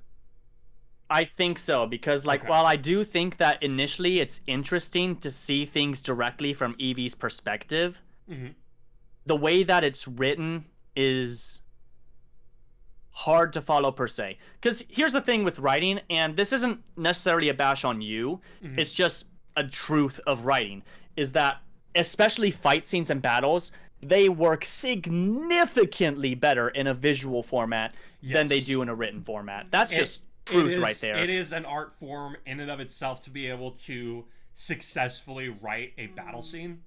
It is, like- and that's part of the reason I kind of unintentionally, mind you, but sort of dropped off of Your Hero, not because of Kai per se, but Yeah. because it was at the point, again, this was during the third movie arc, but Yeah. there was just like so many battles, and it was just so hard to keep track that bluntly, enough. I was breezing through and skipping through most of those fights. Fair Not enough. because they were boring per se, but because they were just hard to read. There wasn't 'Cause enough. again, It wasn't enough substance in terms of the character progression to keep you interested in the fight. No, yeah. And Okay. so, and again, with Pokemon, yes, it started as a video game, but again, you remember the fights from the anime, and you see those, you're like, oh man, that's really cool. If those were written down, no one would remember them. I mean, yeah, No one. there's X number of children's books that tell about whatever gym battle that Ash is in. They even provide like visuals from the anime. Yeah. So that's They're not still so again, that's boring not to necessarily a read. bash on you, but when the Yeah. battles are already inferior because they are a written format as opposed to a visual one, Yeah. when you get into the Pokemon's perspective, which again, conceptually is really interesting, it didn't work for me It personally. needs some, yeah. So it needs some work. Yeah. And again, Like, and I get why I Pokemon haven't- themselves so- wouldn't know the names of other Pokemon or wouldn't know the names of moves. That's fine. That makes sense. But from a reader's writing perspective, it didn't work. Okay, fair enough. I'm like, again, Quote this is something Haruka, that "It did not work." I mean, again, this is something that it did not work. It did not work. Not work. Anyways, so something to remember is that like, and I'm trying to figure out how to say this without coming off as arrogant, but I'm like, no problem. No problem. I've been, Go ahead and say what you want to say. Like we just covered. I've been doing this for a long time. Yeah. So in some ways, it's still hard for it's getting harder and harder for me to find new things to challenge myself with. Sure. Because like I found stuff that works for me, and it's tempting to grow complacent and just settle into those things. I am trying something new with this, which means that it's gonna be a series of trials and errors for me before I kind of hopefully by the end of this I will have figured out the formula to make this all work as I envision it. so that it can be interpreted that way by the reader. Sure. Yeah, definitely. Definitely. Yeah. All right, and then one good. last thing, two last things about this chapter, and then I'll move on to the current chapter, chapter 6. One, I think it was an interesting way to have Fontaine and Greenleaf fall under Aurora's command without like outright conquering them, like in the original game. I think that was an interesting way to do it. You still had a battle, but it wasn't like necessarily to conquer, but there was an alliance done. I don't remember if that's. I don't think that's how it worked in the original game. Is it? No, not at all. You have to. You conquered. Yeah, you straight up. You go. So in the game, Ignis is actually the first nation you conquer. Yeah, and we're 6 chapters in, and we haven't even gotten to the first official fight. Nope. No, we have. We've done the first official fight because I don't know if you remember the tutorial for the game is Hideyoshi sends 2 of his guys to invade Ignis, and Oichi kind of comes along and just helps you out randomly. Yeah, and then one of these days I'll go back and replay that. Yeah, so she just decides to stick with you. That's the first tutorial battle. The second battle is you going and invading Ignis. We have not gotten there yet. Sure. And then another note that maybe it's me being super critical, but because this is only 5 chapters in, so I can totally get why this wouldn't happen yet. But I do want to throw it out there. Because I wrote down, and granted I wrote this before I read the further, but I wrote down a part of me half expected for Kei to have a really good fight and show his cunning with Vaporeon, but ultimately still lose. That wouldn't mean that he wouldn't lose the respect of Fontaine's kingdom, but... And granted, I did eventually be like, oh yeah, they handicapped them with like only 1 Pokemon each. Yep. Yes, that's fine, but honestly, I feel like I went back and forth on whether or not to make him win that or not. Well, because I actually put down a reference here that actually puts this into perspective. What I was trying to say really well. Have you ever watched during Pokemon X and Y's series the Mega Evolution specials? The specials were like Lawn and the Black Charizard that could Mega Evolve. I have not, no. Okay, 1, you should go and watch those. They're unironically some of the best episodes of the entire Pokemon series. Okay. And 2, in the first episode, basically Alon's entire thing is that he has a Mega Charizard and he wants to basically fight and/or beat every Mega Evolution Pokemon out there. That's basically his thing. Okay. And so basically he goes to Seabold of the Elite Four in Lumio City and basically challenges him to a fight where both of them Mega Evolve, and because he's the main character, and granted he has a Charizard going up against a Water type Elite Four member. Yeah. And he still puts up a good fight, but he ultimately still loses. But then Seabold's like, oh yeah, but you came really close. You've genuinely impressed me as a member of the Elite Four. Yeah. So a part of me, again, I would highly recommend going to go watch those because I do think that they would be interesting to see, because again it's Kalos and it's Mega Evolution, but they handle characters and fights really well, in my personal opinion. Alrighty. And it's one of those things where it eventually ties in the main anime with Ash, which is really cool, but they're mainly their own thing. Okay. Alright. So I went back and forth on that, and what ended up being the deciding factor was because of the way that I had created Motochika, or like made this interpretation of Motochika, he's not going to follow someone who cannot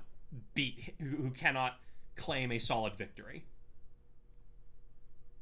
All right, that's fair. I'll give it that. Yeah, it's like, you know, he would have worked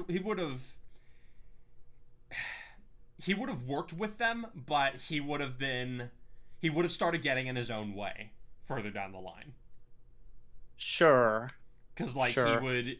I have another note here that's in relation to that. I'm going to save that till the end of Chapter 6, because it can also technically tie into Chapter 6 as well. So I'm going to save that for the very end, because I think this is my most important note here of your story up until this point. Okay. All right. Fair enough. So, moving into Chapter 6, what was your take on the whole scene where... Keihatsu's kind of having to facilitate this alliance that's coming together with these nobles from these other kingdoms? I think it was well done for the most part. Nothing really happened. And the reason I say that, I mean, granted, there's only... I don't expect, like, some major mind-melting, earth-shattering event to happen every time I read one of these things. That's not what I'm trying to say. There's just nothing for me to say. It was just it felt natural, and like Okay. you have the people there, you have them arguing because they're the highest up the food chain, so to speak. Aside from the warlords themselves, obviously. Yeah. And then you have like Kay being like, "Hey, shut up. Yeah. I'm the boss. It was. I'm in It wasn't charge. so you much. listen to me." Yeah, it wasn't so much meant to be like a hey, this is what we're doing with the military, as much as like this is what he has to work with in order to get the military moving. Yeah. So this isn't really. I mean, I guess it's kind of in relation, but then I remember like this one General Washington quote. And granted, this is nowhere near as dysfunctional as the start of the American. What was it? Like it was something. The American Revolution. Basically, the American Army. It was called something else, but I can't remember what it was called at the time. Yeah. Yeah, what was it called? It's like the Confederate Army. No, I it wasn't know. the Confederate Army. That was the Civil War. No, I know it was the Civil War, but I thought the Confederate was like used as like the. Anyways, the point is the like one quote was like, are these the men with which I have to defend America? It was the United Continental Militia, if I'm not mistaken. Continental militia. That's what I was thinking of. Yeah, it was a C word. Yeah. Yeah. But yeah, like where he's like, are these the men with which I have to defend America? And granted, this is nowhere near as dysfunctional as the start of that militia. Yeah. But it is still, it's something that I think it's interesting. Grant, I could go on an entire rant about U.S. history from both Assassin's Creed and Hamilton and all that wonderful jazz, where I've actually stopped and looked at U.S. history. I mean, you're talking to someone who grew up where a lot of those events took place. Like, I've been to like where the Battle of Yorktown was. I've been to. Oh, really? I've been to Jamestown. I've been to the, I've been to Congress, to Congress, to the Senate building. I've been to the White House. I've been to Mount Vernon. I've been to Monticello. I've been up to Philadelphia, where they signed the Declaration of Independence. So on and so forth. Cool. I've been to where a lot of stuff went down.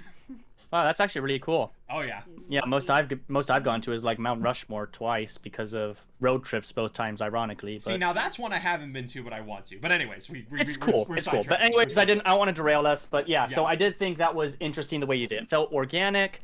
It felt. I don't have a lot to say of it, but honestly, that's for the better. Okay. Alrighty. I'm gonna take a sip of my hot chocolate. Go for it. Damn. Now I want some.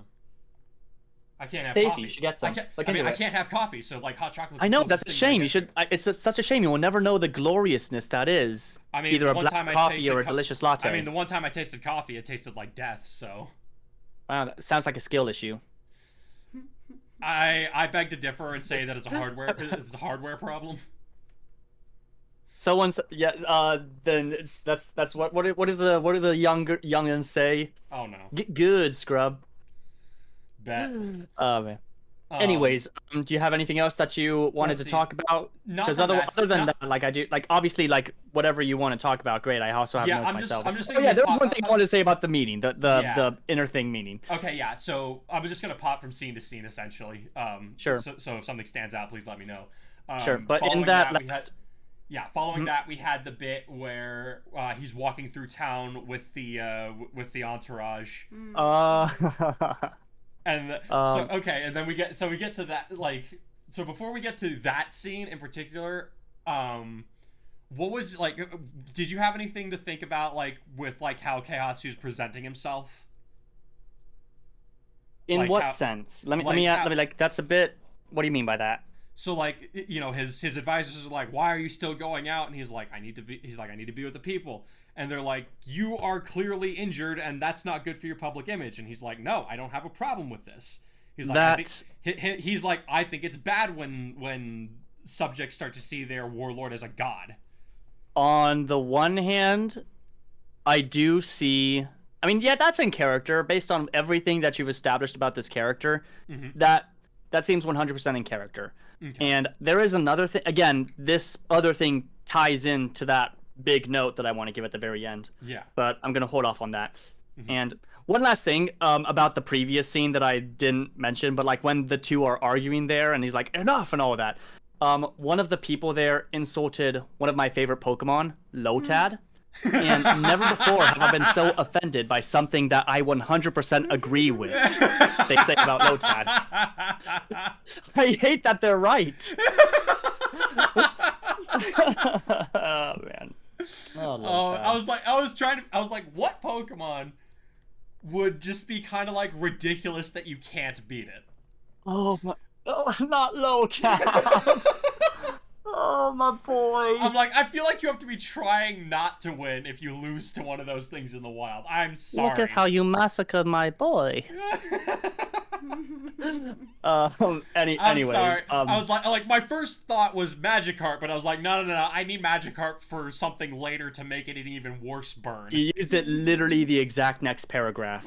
No, that's my point. I needed the Magikarp to make the worst burn, and I needed like the second God. worst burn that I could come up with. Okay, yeah, that's fair. That's fair. That a water or grass type native could make use of. Oh no. Oh man, not Lotad. I have used Lotad so many times in my Pokemon playthroughs. I'm sorry, man. Okay, anyways, going back, enough talking about the past. Let's talk about the past. So yeah, right. So yeah, I don't really have anything to say. It's perfectly in character for everything that you have presented about Keihatsu up until that point of him going out. Okay, so the confrontation with the kids. So I have two notes that I wrote immediately, and granted, I'm writing these while I'm reading them. Uh-huh.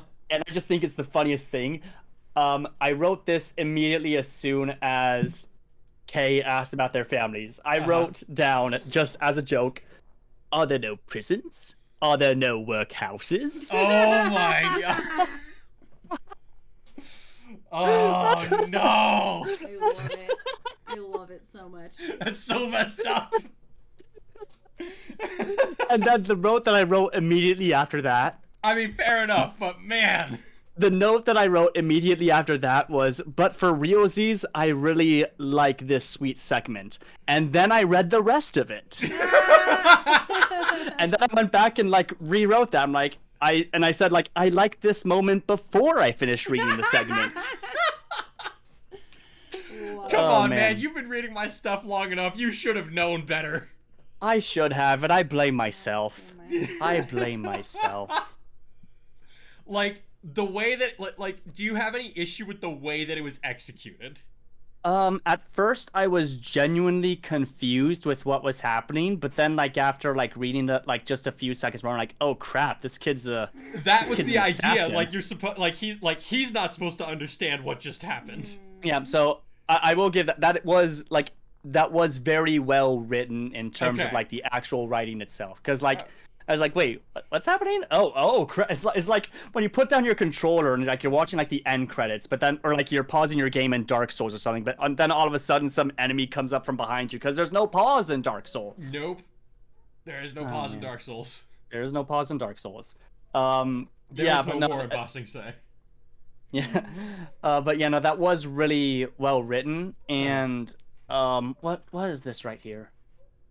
I wrote this note. What was that referencing? Hold that thought. I wrote this note. I need to know what I am referencing. Because I know that I wrote this for a very specific reason, and I need to find it. Give me one moment. I'm sorry. Okay. Was it something like It said no. It's literally just 3 words. It's just Dragon Prince reference. Oh wait, yeah, I remember what it is. The kid going like, I am already dead.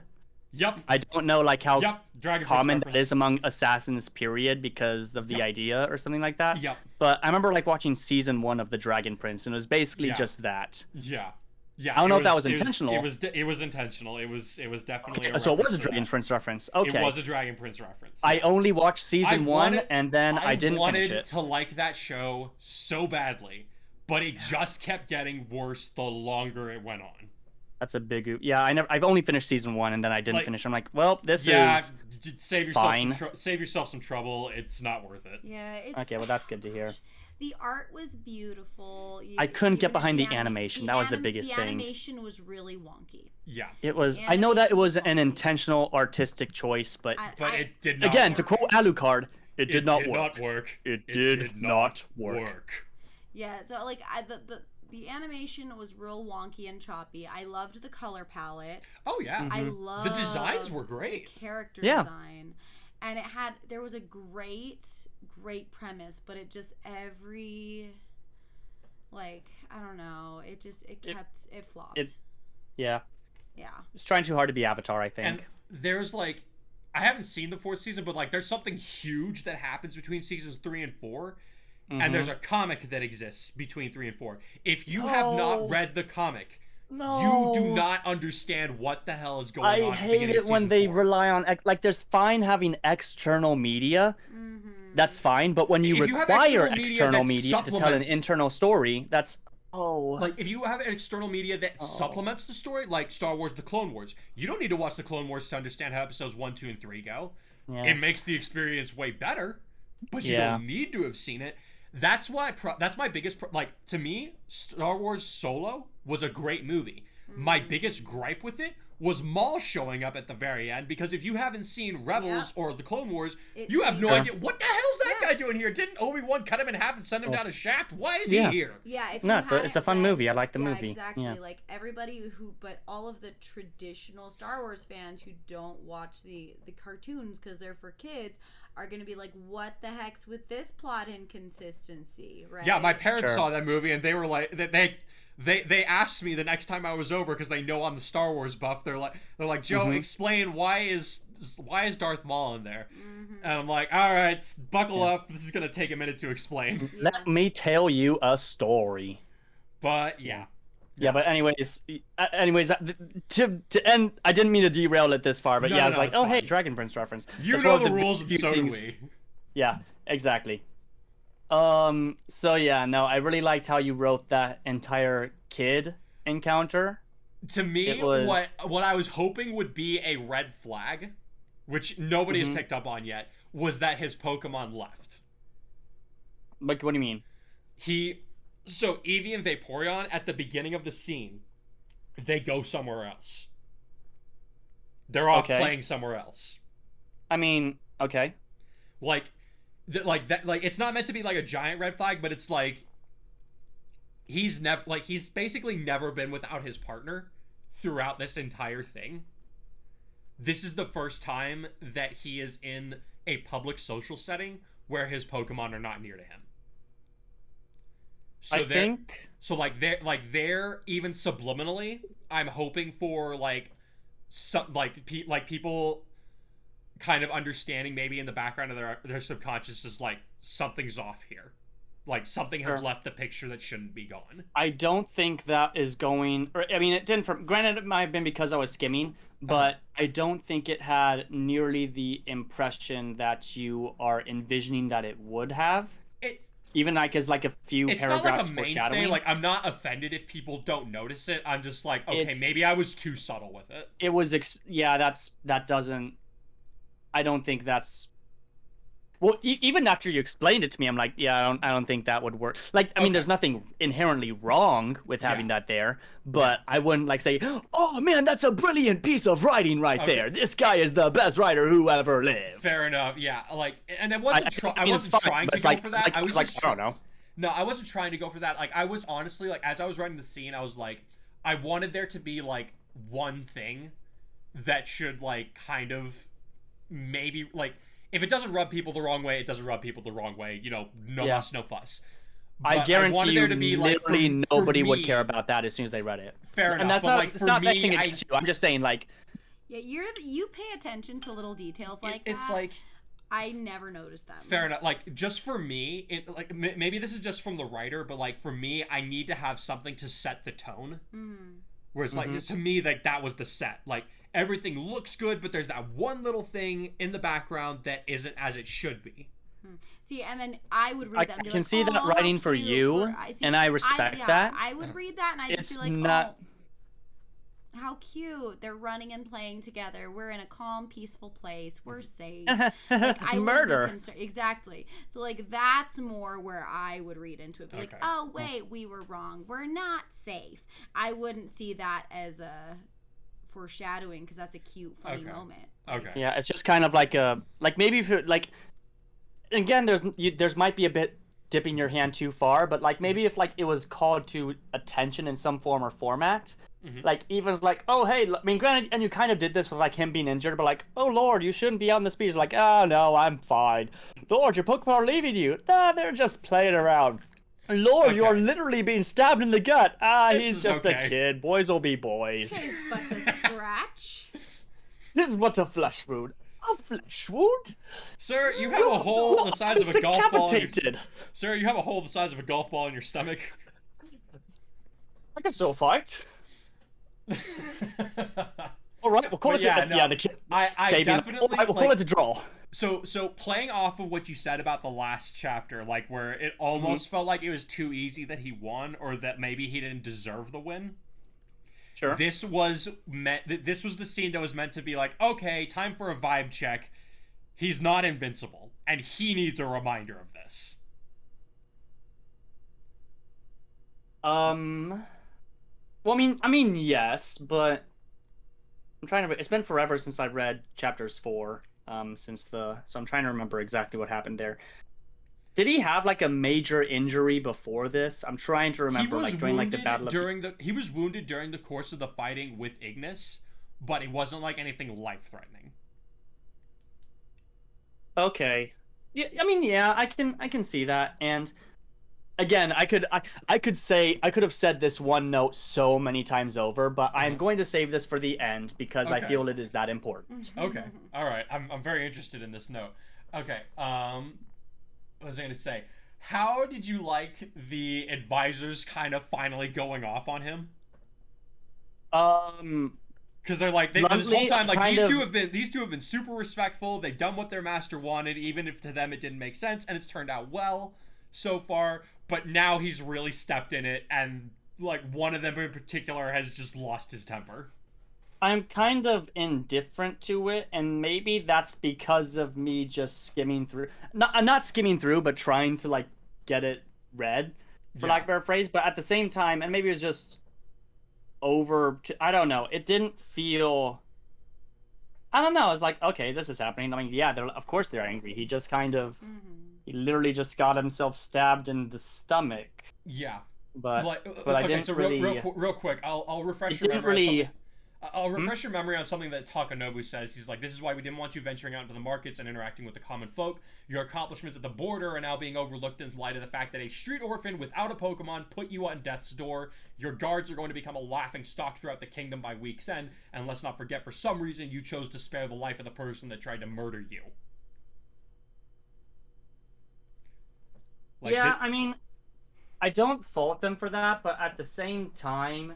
Yeah, I'm looking at the exact same thing myself. Mm-hmm. And also the Alucard reference there. Don't think I don't see that. Yes! Don't think I don't. I'm not apologizing. Yes! But that's the only... And then I feel like, oh yeah, they just kind of... They say this, but then... And granted, we don't see like a lot of... Well, actually, no, I take that back. We do see it. We see like them 1 month later. We don't really see any... effects from this, and granted this is only like in the last page or 2 of the chapter, mind you, so maybe I could be very well wrong, but I mean, yeah, they would be angry, but at the same time, because we don't really see those effects and we don't really see we don't see anything else from it, I mean, like, again, it's fine. I don't have anything to say against it. I don't have anything to say for it. It's perfectly expected reaction. And so would you okay, so here's my question then. Sure. Or let me put it so, like, I feel like, you know, we got a taste of action, we got a taste of real bloodshed and all that in the 3rd chapter, right? We got a hint of what's to come. Then we have another battle, kind of like testing the waters some more in terms of like the battle scopes and all that. Sure. We are on the cusp of going to active war in terms of the narrative. Do you think it would have done well for the story if I had stretched out the rest of this chapter with him by showing the effects that these restrictions would have put on him? Or do you think it was better that I went ahead and concluded this chapter with the, like, actually, like, we're marching off to war now? I can't believe I'm saying this because I'm always saying your chapters are really long. And maybe this could have been divided into 2 chapters for all I know. But yeah, I feel like it could have benefited a lot more if you actually had the consequences of that. And nothing super deep, mind you. Yeah. But maybe like he tries to go out or something and they like prevent him, or not even that. Just like seeing people, like maybe Oichi's doing her thing and going out and she like overhears rumors about like just anything. It doesn't need to be super long or anything like that. And you accomplished your purpose of what you're trying to do in some way. It just wasn't nearly as strong in the aftermath. Because like, again, I don't have anything against it. I don't have anything for it. It's just the conundrum that I found myself in was the conundrum that I found myself in is that I could like this maybe just on me as a writer, but I could not find a happy medium between like I decided it was better to just skim over it, because if I went into any amount of detail, just me being the way that I am, I was gonna go way too far, like whole hog into it, and I'd need like another chapter in order to flesh out what I want. And that's valid. That is perfectly valid. I know you as a writer like to stretch things out for better or for worse. But I'm going to go back to I don't think this would necessarily count as a Chekhov's gun, with like, but at the same time, if you want to call attention to something, then you'd better well have a reason for it. Yeah. And ultimately, I saw no long-lasting reason, at least in this chapter. Fair enough. Do you have any thoughts on it, honey? No. No, I mean, me being the anxious person I am, I'm like, oh my gosh, yeah, everyone's gonna start talking about you. Everyone's gonna start bad-mouthing you. You can't be leaving right now. Oh, but then if you don't leave, then they're really gonna bad-mouth you. Oh my gosh, what do we get? See, that's me just catastrophizing everything. So, it's okay. He gives an anime speech at the end, and everyone's okay with it. Yeah, so I'm like, but because I'm like the anxious reader, I'm like gonna flip out about that conversation and be like, oh my gosh, what's gonna happen? And so I don't know. Yeah, fair enough. Like even like the two old lady merchants, and it's like, oh hey, did you hear about that loser boy? He sounds a lot like another loser from another dimension.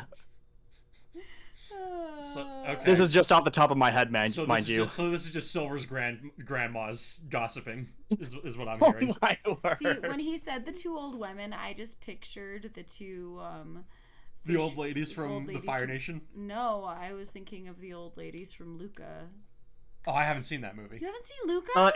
It's been a long time since I've seen Luca. What are the two old ladies like? It's been so long. They're both like, there's these two little old ladies in the village, and like they're always just in the frame watching what's going on. Yeah, I can't. And they're like, it's been so long since I've seen that. It's literally. Yeah. But it is a good movie. It is a pretty solid movie. Is it my favorite? Probably not, but for what it is, it's very solid. It's very solid. It's better than like a lot of most of other modern Disney Pixar. My wife was trying to say something. No, it's okay. Oh, I'm sorry. Go. Both yeah, of you are so bad about that. I'm sorry. No, what I was. No, it's alright. I guess you're not gonna watch it, so it's fine if I spoil it. Yeah. You know, it's pretty. They're always like in the frame, like either eating ice cream or just like staring at what's going on, and they just look like judgmental, mean old ladies. And then it turns out they're also sea monsters. So they're the peanut gallery. Yeah. Okay. Basically. All right. Cool. I just had another thought about that. What's that? I'm just thinking about like the two old hackers from the Muppets being like, man, that Kai is just doing so great. He's gonna go far. Oh, you think so? Yeah, he's gonna go so far underground. That all just went over my head. You haven't seen the Muppets, have you? I've seen clips of the Muppets. I haven't actually ever sat down and watched the Muppets film. Oh my word! Have you seen? Let me ask this. Honey, have you seen? Know I'm an uncultured swine. No. Have you seen, at the bare minimum, the Muppets Christmas Carol? I've tried to get him to watch it. He won't. This interview is over. It's the best version of the Christmas Carol. It is. I keep meaning to watch it, and then stuff keeps happening. Oh my gosh! This Christmas we are watching it. Okay. See, Mataris, I know that. Granted, I say this literally every time we get on a voice call. Every single time. I realize that. But if there was any form of the Muppets you should watch, and you should watch any form of the Muppets, period. It's comedic. It's gold. the Muppets Christmas Carol. Okay. Yes. No, the Muppets Christmas Carol is genuinely the best version. What of I've the seen of the Christmas Carol. Muppets is hilarious, and I want to watch it. You can watch the Muppets Christmas Carol watch the 2012 Muppets movie, because it's actually a pretty fun movie. I will. Is that the one with what's his name? Jason Segel. Jason Segel, yeah. Actually, that's unironically like a really fun Muppets movie. Okay. It also has one of my favorite antagonists of all time, and that's for one simple reason. You know how like the Muppets' entire thing is that they're funny and they make everyone laugh? Mm-hmm. Yeah. The villain physically is unable to laugh. So every time he says this evil plan, instead of maniacally laughing, he just goes, maniacal laugh. Oh, Maniacal laugh. That's amazing. And then like his henchmen actually maniacally laugh, but just him saying maniacal laugh over and over again. I'm like, that is one of the best things that any villain in fiction could do, period. See, when I was a kid, my mom was a music teacher, and she actually would play the Muppets variety show for her students when she was sick. So like the old like OG show. Yeah, my dad watched the OG show a lot as a kid. Yeah. So, but my mom had like all the seasons, and I watched all of them, and they're like, and it's so funny because there's all these guest celebrities because it's like it's a variety show. Yeah. And it's just the most ridiculous thing ever. And was Mr. Rogers ever on there? Probably. I mean, yeah, I'd like to see maybe. that. Yeah. I would. Let me look that here. I'm curious now. What? Because now that's like a. What was I gonna say? Anyways, I didn't mean to derail this. Go watch any form of the Muppets. Yes. That's your homework. The Muppets I'm are on it. You Muppet! You drove us into the ocean. You Muppet! It's Haven't raw. you Muppet? You've driven us into the ocean. Oh man. I will say that there's one joke in like the remake Muppet movie that you need to share. They need a celebrity host in order to go live, and so they literally go and kidnap Jack Black. That's so he's talking to on the stage like, I'm being held captive by these weirdos. To which the old hecklers respond with, now you know how we felt for the past 30 years. Oh boy. That's hilarious. What was I gonna say? Yeah. There was one tangent. Yeah, no, there was one bit of comedy that I threw in at the very beginning of the chapter that I just remembered about, was where like Keihatsu's kind of like he's messing with Takanobu because now Takanobu's mad. He's like who's telling people that my Snorlax eats people?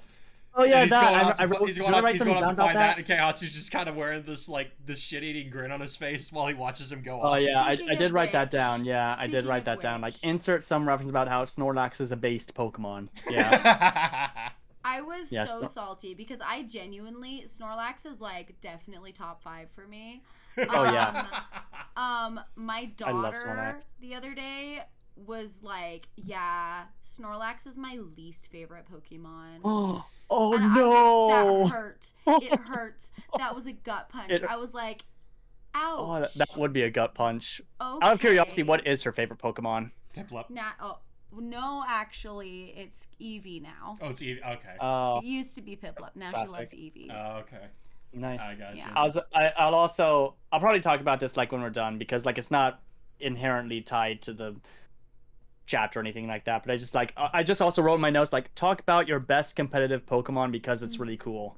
But I'm not gonna do that right now. Okay. That's not a bad thing. I mean, we could do that real quick. It's a all right. So TLDR, where this entire thing started, the way you wrote it was ultimately, it was fine, nothing for or against.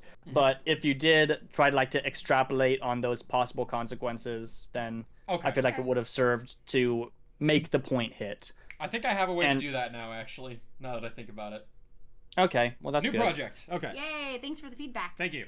You're welcome. It's what I live for. Yeah. It's my entire purpose. Ooh, yes, no. Yes.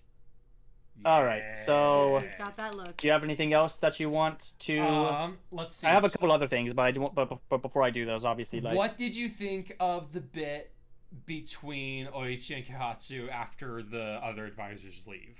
My immediate thought was twofold. The first one is really stupid and personal, and I'm like, okay. She mentioned her entire thing with bad luck, and my immediate thought was like, this guy stole the idea I was doing for my prosecutor character in my Ace Attorney story. Oh no! I'm sorry. Oh no! No, I'm joking. I mean, that is one of the angles I was going for, but it's my own fault for not publishing it soon enough. So hey, there's any number of ways to do it, and I've seen the bad luck trope in so many stories. It can be done differently and done well. It can, and I do have and mine is a lot more story narrative driven. It does play a lot more. If I ever get the freaking thing written, mind you, but you will. I hate myself every time I talk about it. But anyways, if, only when. I don't disagree with you, but that doesn't mean I like it. I just need to self-discipline myself. But anyways, the entire Oichi scene, I really liked it. It was fun to read. It was sweet. You very well know my feelings about Mina and Kai. I don't have anything negative to say about this, if only for the fact that...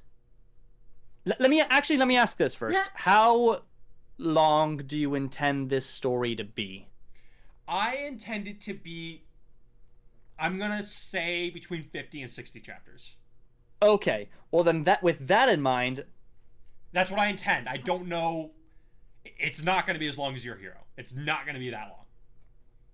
Okay, yeah. I mean, we're almost on the second battle in game, so, you know.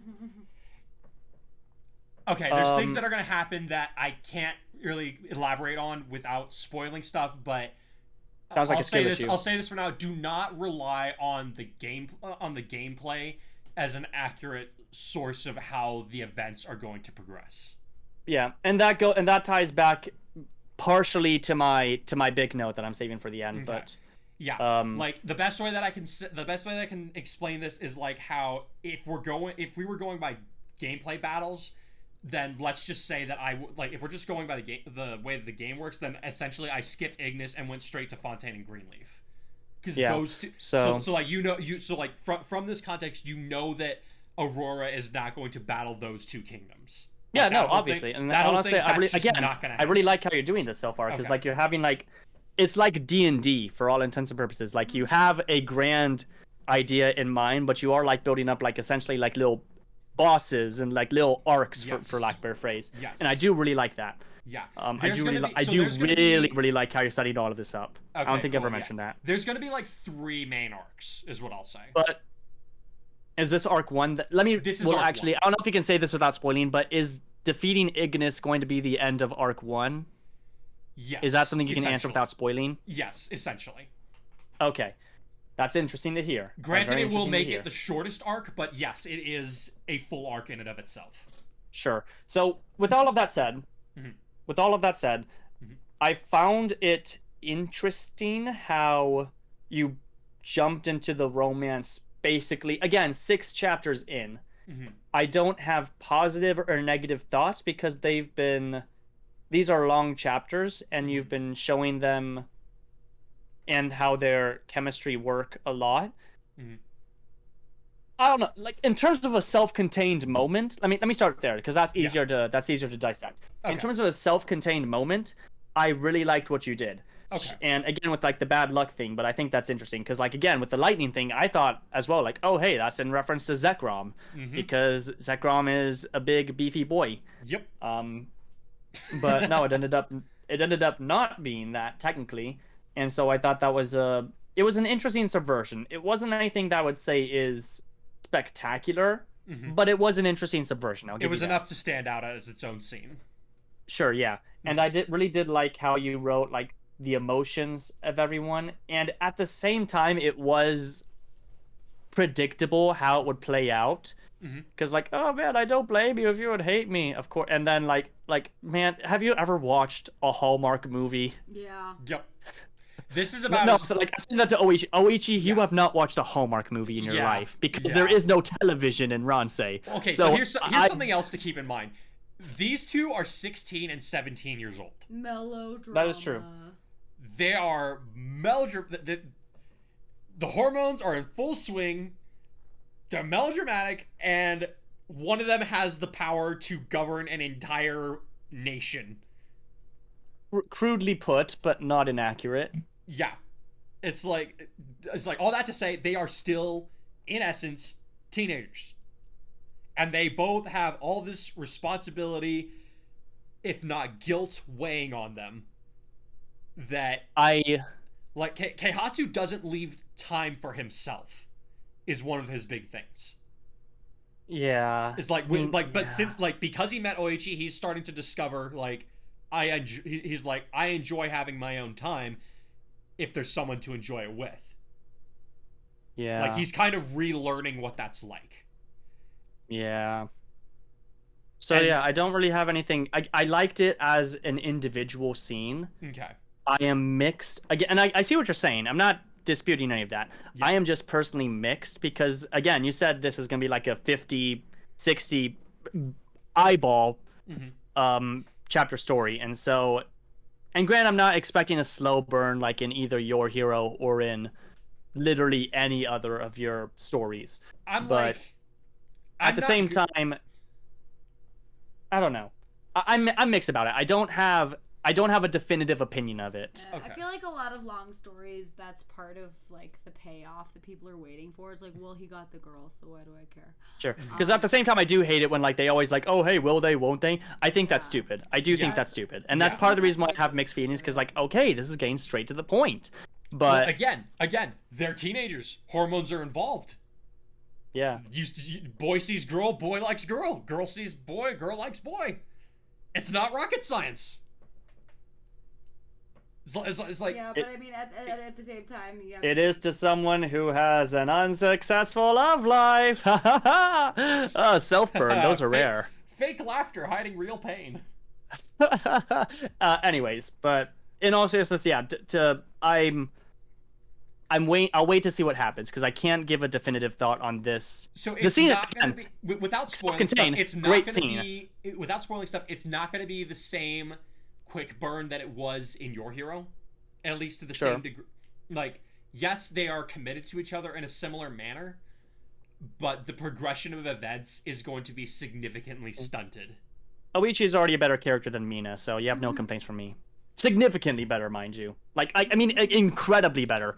Like, I mean, Mina could die right now. I would not care. And if Oichi died out, and if Oichi got a scratch, you can't say that if Mina died, you wouldn't care because you would care enough to throw another Death Day party. I would care enough to throw another Death Day party. So you can't That's exactly say that you right. don't care because you do care, just not in a positive sense. Don't threaten me with a good time. Anyways. Yeah. In any case, so we got that. So we got the bit where like they're unofficially engaged.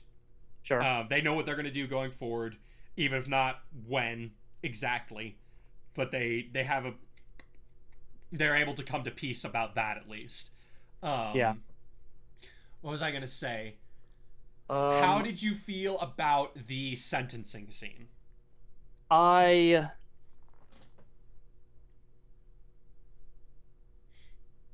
think it was good. Yeah. I'm trying to collect my thoughts. And maybe this is because I've been trying way too hard to write like a freaking legal drama, essentially. But I mean, yeah, no, it was good. It was well done. It's what I expected in Keihatsu's character. Mm-hmm. And it's fitting. Yeah. I don't know if you're ever going to bring this kid back. I genuinely don't. Or if this is like, oh, hey, it's sometime in the future he may. And I mean, Kei like remembers this for the rest of his days. I think it would benefit if you did in some form. It doesn't need to be anything major, mind you. It could be. It doesn't need to be. Like you said, I've been trying to be more mindful of Chekhov's gun. Yeah, and there should be consequences to this action. Yep. And I'm still going to wait, because this, again, could tie into my note. I'm waiting, because this is to the end, because I do feel like this is the most important note I would give you in this story. Okay. And I'll tie everything back. I'll remember it. But, like, ultimately, as a scene, I think it was well executed. I liked the kid. Jarsha was his name? I don't even remember. Yeah. It was Jarsha. Okay. Yeah. I think I'm interested to see, if he does come back, I'm interested to see if the sisters... Here's a flaw with these... I don't know if this would be a flaw. To me it is, because of like all of the Japanese names that I immediately forget. I'm like, who? Yeah. Same. But anyways, there's so many characters that I would like to see return, but at the same time, I'm worried that it would bog down the story with unnecessary things. Yeah. No, that is a balancing act. And it's not even, like, because there are so many different social circles established within this. Sure. I can't just have characters come in and be like, hey, want to hang out? Yeah, sure, let's go. Reminisce about old time's sake. There has to be very specific circumstances to be able to bring characters in like that. That is true. That's very true. But and so that's why I do like it, but there should also be some kind of consequence to like him letting the kid go, essentially. Oh, yeah. Yeah, and ultimately, I think this all can boil down to. Well, here's the thing. Ironically enough, had I found that stupid name way back when and got my character submitted instead of Joe Clone's, again, nothing, no shade thrown at Joe Clone. I'm excited to see his character in the future and how he would contribute to the story. But I would have like literally given you a character that was like maybe it was because I was into Ace Attorney a lot at the time. But I was trying to give you a character that like trying to like reform the legal system in something more unified as opposed to like lord by lord, if that makes sense. So stick around. I think you'll like what happens. Well, maybe I should give you my character then. Anyways. All right. So second to last scene is where the warlords are sitting down together for dinner again. Oh yeah, I forgot about that. I had fun with that because the first time them meeting was fun in its own way because like they're kind of meeting each other, they're kind of testing the waters, they're kind of like seeing what the other one's made out of. And in this one, like you can feel that they have more sat down together as equals in this endeavor. How many pages is this? I'm trying to remember. 29 pages. Look through. 29. Dang. Freak. And that's single space. Sorry. That's in like reading format, not written format. Written format, it is 22 pages. I mean, still, that's like 44 pages double space, which is what I'm used to. You go for reading that. Dang. My I listened, goodness. so I'm ADD, and so I listened, and that was fine. But man, I would have struggled. I had to be on struggle bus if I was. And I was trying to like finish reading this by the end of the day, so. The dinner scene I kind of liked, but at the same time it didn't feel like. And it's not. I'm not a person who hates like, oh hey, nothing's happening, skip. I'm not that kind. I know I give the impression I'm that kind of person. What do you want from I'm me? not. I write dinner scenes. You skip. I write fight scenes. You skip. What do you want from me? Mina to die. You asked. Anyways, yeah, what did I'm trying to remember because again, like it's not that because I did just kind of like talking about like okay, what's waiting for us when we get back home? Like, you know, Motochika's talking about this crazy stuff. He's like, oh yeah, if Samurott gets it in his head, you know, I have to wrestle him out of the kitchen. And that was the one month I had to later learn how to thing, ride a Sharpedo when I was 7 years old. And the other two are just like, I don't think we believe that. And then they just look at him, they're like, you know what? Maybe we believe it. Yeah. Okay. And then like there's also things like, oh hey, what was it, like his sister or something? Like, hey, yeah. she's kind of nice, and he's like, have you ever heard of the tragedy of Darth Plagueis the Wise? No, that's good. So that was actually another thing. That was another thing that's like subtle, but to me is significant for him because A, he hasn't to deal with that for a while, and B, he's like now in this position where he's like, oh, I don't know how serious he is about this, and I can't really afford to piss him off. So he has to be like a lot more careful with how he handles this one. And then you find out it's like, okay, Motonari's just kind of like he's kind of poking fun at him. Like he wasn't going to be offended if he said no. But it's one of those vibe checks for him that he's like, oh, he's got to think about it really carefully. Yeah, no, and as somebody who thinks about things really carefully, I respect that. All right, cool. I am someone who thinks very carefully before I say anything. Most of the time, anyway. Sometimes I don't. Sometimes I don't. Sometimes you don't? Mostly during these podcasts. What was I going to say? Like... I don't know. What were you going to say? I don't know. Okay, so we got the final scene where... And then, there was that entire thing, and I did like that... Yeah. Okay, yeah, so... I did really like that kind of humanization of the enemy. Yeah. As opposed to like Saruman's to war. Yeah. No. Which would have been cool. There is definitely gonna be Lord of the Rings references. My Lord of Aurora. In order to, even if you could storm Ignis, it would take an army of thousands in order to storm the keep. Tens of thousands. But my lord, there is no such force. Wait, what? No such army exists. Actually, hang on. I have the numbers for the army that they've constructed together.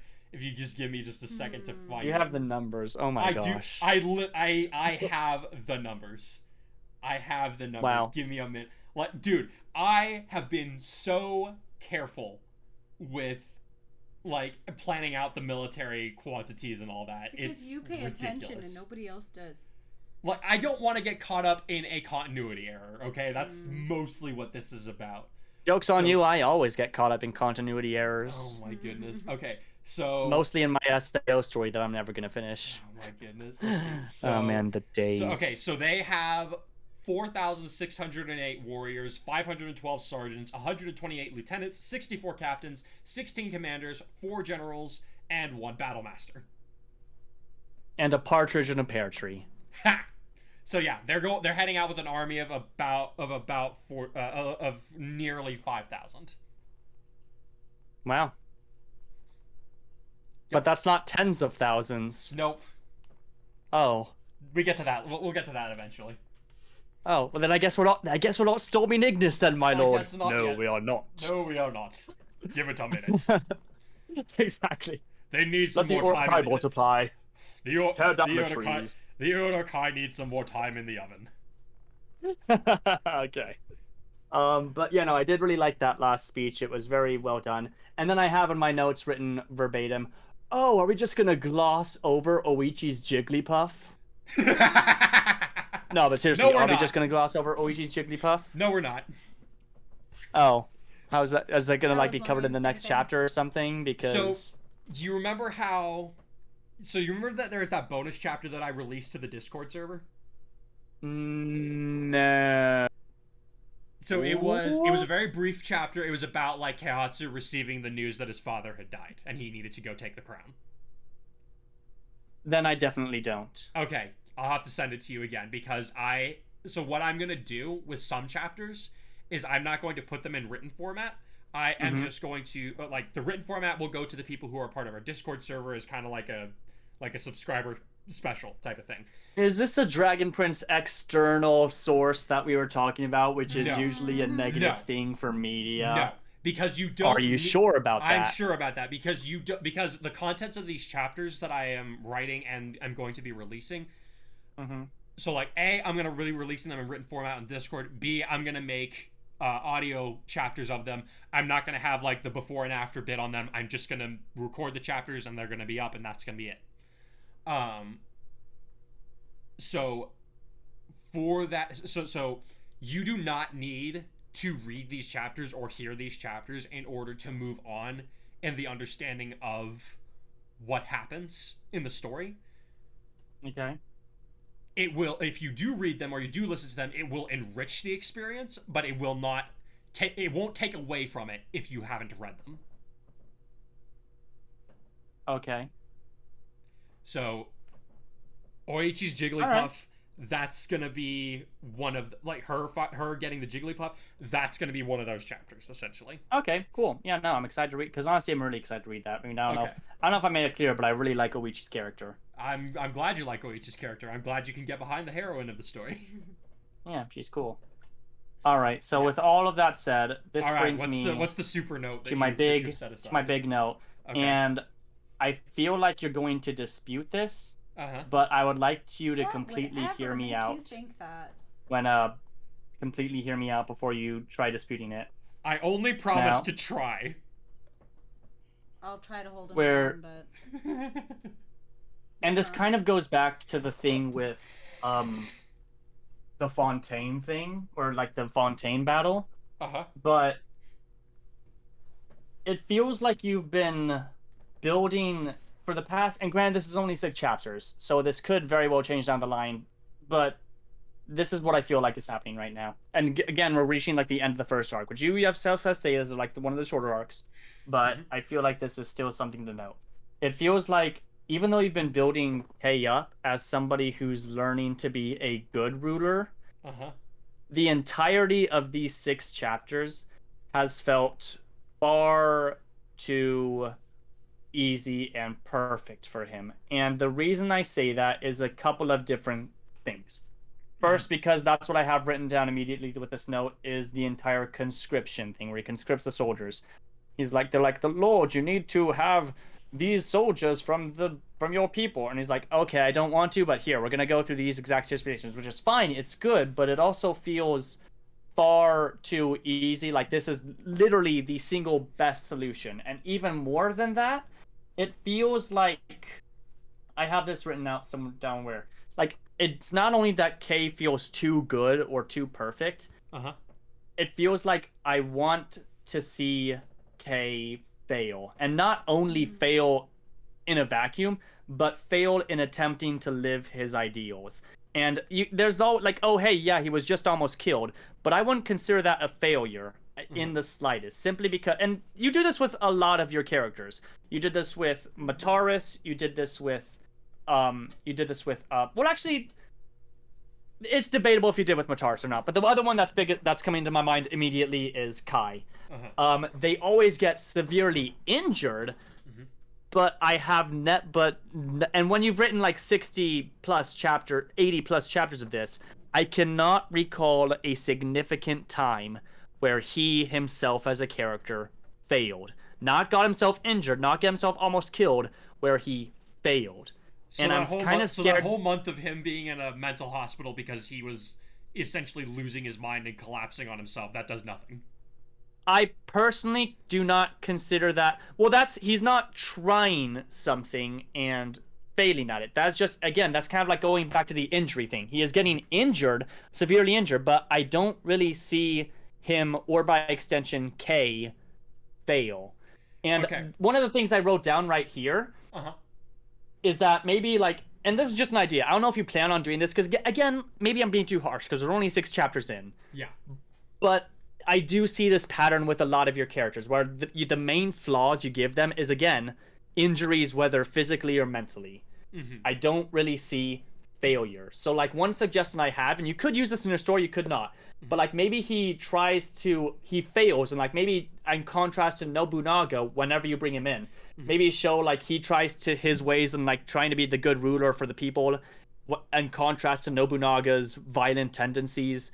And Nobunaga ends up being the one succeeding with those tendencies, and he is the one failing with his own beliefs. Because right now, all I'm seeing with his beliefs is that every time he follows his beliefs, they essentially go off without him failing. And again, 6 chapters in, I keep going back to that. Yeah. So I don't know what you have planned, but...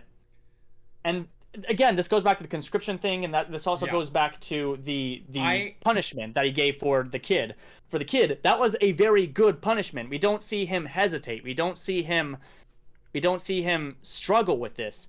He basically gives and again, there could be consequences for this in the future that we see that ultimately leads to a failure, but it feels like a big pattern with a lot of your characters is that they don't necessarily fail. They don't do something and then, like, again, the other biggest thing was Kai dying. Yeah.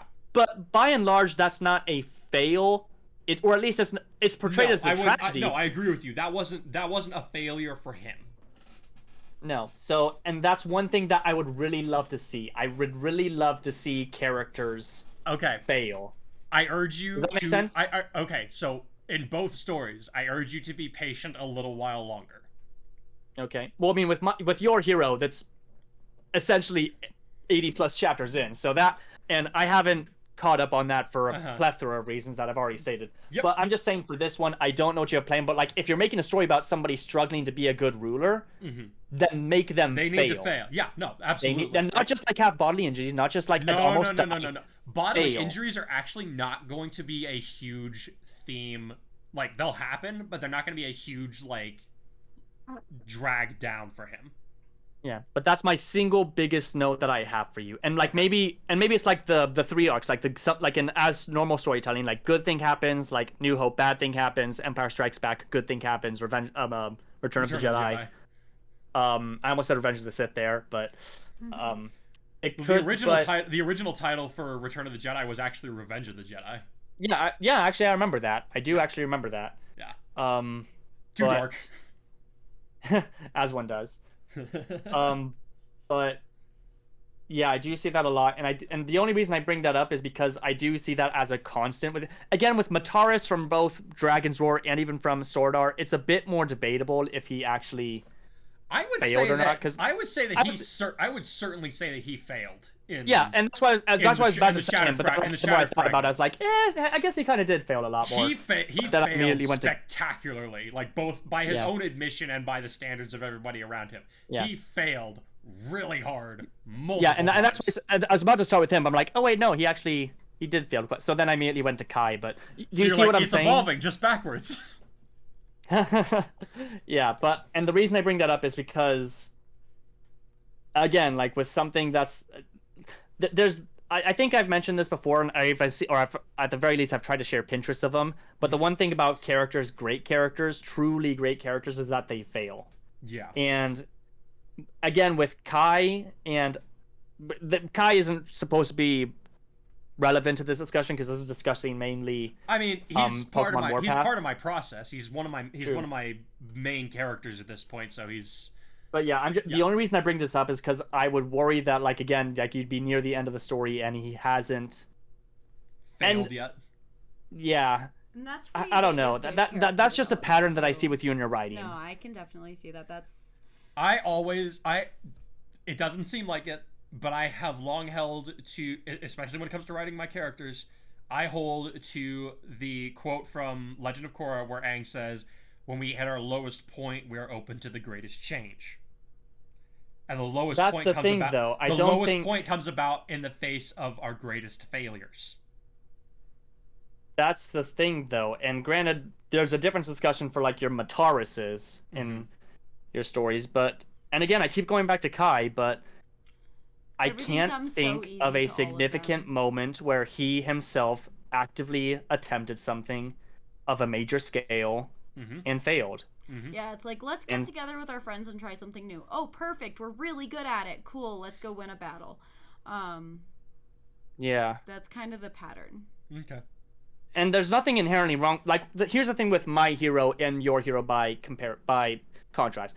For all intents and purposes, it is a power fantasy. And on that sense, I can give it a bit more leeway because it is, at the very least, my hero as a whole is essentially a power fantasy. Yep. I can respect that. There's stories for that. I literally went and saw the Deadpool and Wolverine movie the other day, which was fun. Don't take your kids to see it. Yeah. But it knew what it was. It wasn't trying to be something that was super deep or a rich storytelling. It was a fun movie with a lot of Deadpool and Wolverine teaming up, fighting each other, and then fighting other people with action and a bunch of other stuff. It knew what it wanted to be. It wasn't with My Hero Academia, it knows what it wants to be. It is, at its core, a power fantasy. Yep. And your hero kind of follows that same methodology of it being a power fantasy. And there's nothing wrong with that. But when you have something like Pokemon Warpath, where it is a lot more of a deeper wartime, what does it mean to be a good king kind of motif? Yeah. It does require a bit more. Yeah. Anyways, that's my big note that I have. I don't disagree at all. I've already taken this, like the points that you illustrate. I have those in consideration. Like you said, I am making sure that I'm keeping better track of the bullets that are loaded in Chekhov's gun. Sure. Like, I have a couple rounds in the chamber. I just need the opportunity to fire them. Yep. Or I should say, I need the best opportunity to fire them. Yeah. Because there are a couple that I could let fly at this point. Sure. No, and again, that's what I'm saying. Like, this is only 6 chapters in. Yeah. Yeah, I keep going back to that. There's 6 chapters in. I'm not trying to be super critical because of that. It may sound like I am being super critical, but that's why I keep going back to the 6 chapters in kind of thing. Yeah. Fair enough. And for all I know, you do have things planned for these. I don't know what you have planned. Yeah. I do hope that the one big thing that I do really want, and you could totally do this or not. I wouldn't like disavow the story if you didn't do it. This is just a personal thing. But a part of me really wants to see Nobunaga succeed with his questionable morals and Kei fail with his upright morals. Oh yeah. Like in direct contrast to each other, like as a direct clash. Oh yeah. I don't know if you have that planned or if you have an idea for that, but that's the number one thing. I have both. Okay. I have both. Okay. And then another note that I wrote here on a completely different note is verbatim. Why do your characters always either end up with or joke about having brain damage every period, single period, one period? I mean, try as I might, I bleed myself into my characters even a little bit. I don't disagree with you. You didn't have to agree that quickly. All right. May, I don't know how many I don't concussions disagree with you. I don't know how many concussions I've had. I probably have waited some 5 form of brain seconds. damage. Yeah, no, that's fair. I bashed in my head one time. Ooh. Did I tell you about the injuries that did I tell you about the injuries that I got this last month? Yeah, no. How are you doing, by the way? On like genuinely, jokes aside. I'm all right. Like I'm walking around I'm walking around with a cane. For my foot. It's getting better. I keep re-injuring it because I don't let it alone long enough. Wow. And you should probably like let it alone. Yeah. Maybe. I'm not a doctor. Yeah. Or am I? I am the doctor. No, you're not. Oh, okay. You're not that cool. Aw. Oh man. Anyways, but yeah, no, I do hope you get better soon, man. Thank you. Yeah, like I think at this point I'm on the up and up because I'm forcing myself to sit and let the stupid thing heal. Sure. Yeah, no, and I haven't asked you for this for a plethora of reasons. Partially because I need to actually finish writing this still. But once I am actually in the process of writing it, so hopefully I get it done. Ideally before today is August 2nd, so ideally I get it done before the end of August. I don't know if I will or not. Knowing my track record, I probably won't. That's my goal. But basically, what I'm trying to say is like as soon as I finish the first case of my Ace Attorney story, I would, if you were up for it, because I realize that you're taking a long break from it, I would love if you wanted to go and do that commission that I asked of you back when. Yeah, I will. Let me know when it gets Let me know when it gets closer to, because I'm still trying to, like, I had. Don't get me wrong. I get it. I 100% understand, and that's why I said like, oh hey, I'll wait until I'm done. But okay. And I don't. If you're suffering burnout, obviously, I don't want to exacerbate that in any form or fashion. I appreciate that. Thank you. No problem. What was I gonna say? So, do you have like any closing thoughts on the chapter, or anything that you're, we've covered that you're looking forward to? There being consequences to his ideals. Nothing that but that's basically the big thing, and obviously I'm excited to see how the Ignis arc closes. And I wonder when. Oh yeah, I wrote this down. I don't think I ever brought it up, but I am wondering on if you, because you said yourself that this wasn't going to be like a 1-for-1 for the games. No. I'm wondering when you're going to bring in Nobunaga, because I don't know if it's going to be like exactly the same context as the games or anything like that. It'll be where you guys finished, same... and then he just kind of shows up and was like, "Hey, I'm gonna kill you," and then he leaves without elaborating. Doesn't elaborate. Leaves. So it's not going to be.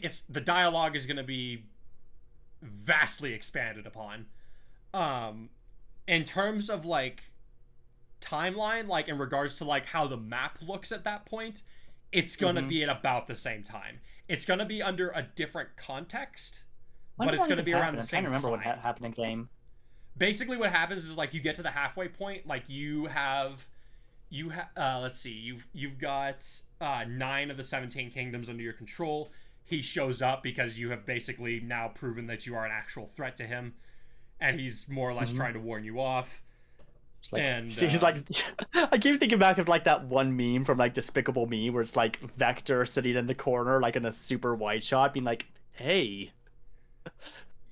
I don't know why. It's so stupid. I mean, I can see why your brain makes that connection, but anyways, so it's gonna be around that time, but like I said, the context is gonna be very different for why he shows up. Sure. Sure. Yeah. And there was another thing that I wanted to throw out that I want to partially thank you for. What's that?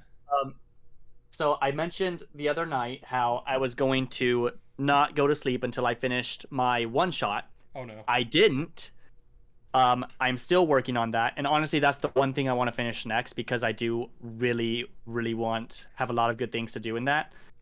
But basically, one of the things that it's not explicitly referenced here, but there's because I tried to make it a one shot initially. I tried to make it like short, but now I realize, okay, this is probably going to be like a 25-30 page one shot or something like that. Yeah.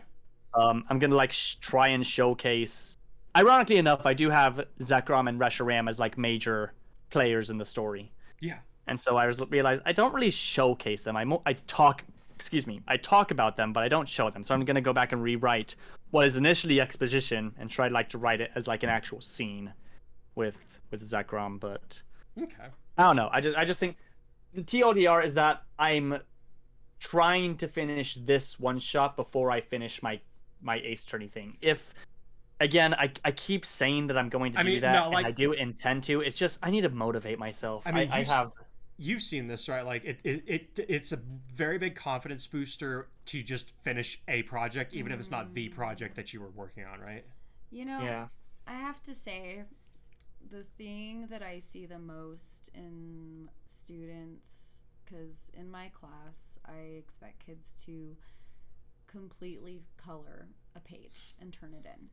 And the thing that I see the most is they'll start drawing something and they're feeling confident, but they don't want to screw it up, and they're afraid to keep going, and they feel like they're going to either waste time or waste materials if they keep going on it.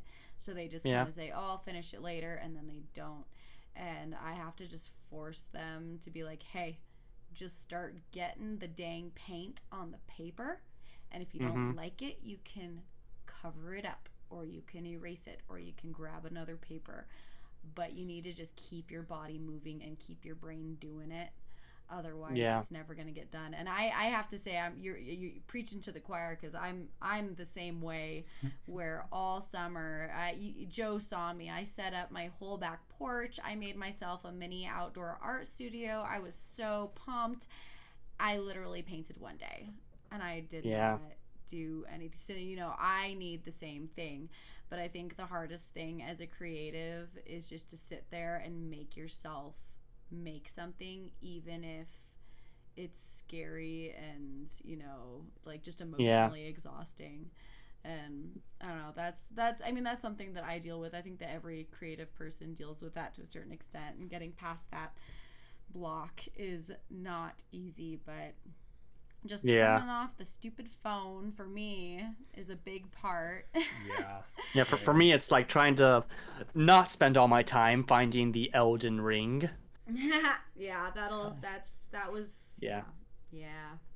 no, but I do see what you're saying, and I'm like, your mistake for your productivity was deciding to play Dark Souls. Yeah, that's my own fault. But thank you. Yeah, no, I'm gonna try and just sit down, because again, like I'm the guy, I need to not do this, but I always like, okay, I tell myself that I'm gonna just write, but then what ends up happening is that I'm like, okay, this doesn't look good, so I need to sit here and think about how I can make this good. I need to not do that. And but thank you, in all seriousness. Thank you. That does help a lot. I'm gonna try, and obviously I'm gonna try and get this written not as soon as possible, but something as soon as possible. But as a creative, for any creative field, is that you are the one who is going to get in your own way the most. Yeah. Like, you are going to try and make this thing perfect over and over and over again until eventually you realize that you've just gotten in your own way from making anything at all. And I mean, everyone's writing process is so different, and I've watched you, like, you'll get an idea, and you'll get the idea down, and then you'll be like, oh my gosh, well, what if this happened, and what if this happened, and you start like listing all these plot points, and then you start fleshing them out, and then like one day you'll be like, oh my gosh, I can't wait for this part of the climax. So instead of doing it chronologically, you'll just jump in and write like 40 chapters later or something that happens. Because you just like had it on your mind and you needed to get it out. And I think that's another thing where it's like we feel like we have to do it a specific way from beginning to end, and that's not even necessarily how it has to be. And like with my kids, it's so funny. Well, I bring it back to art because that's what makes sense to me. That's your creative outlet.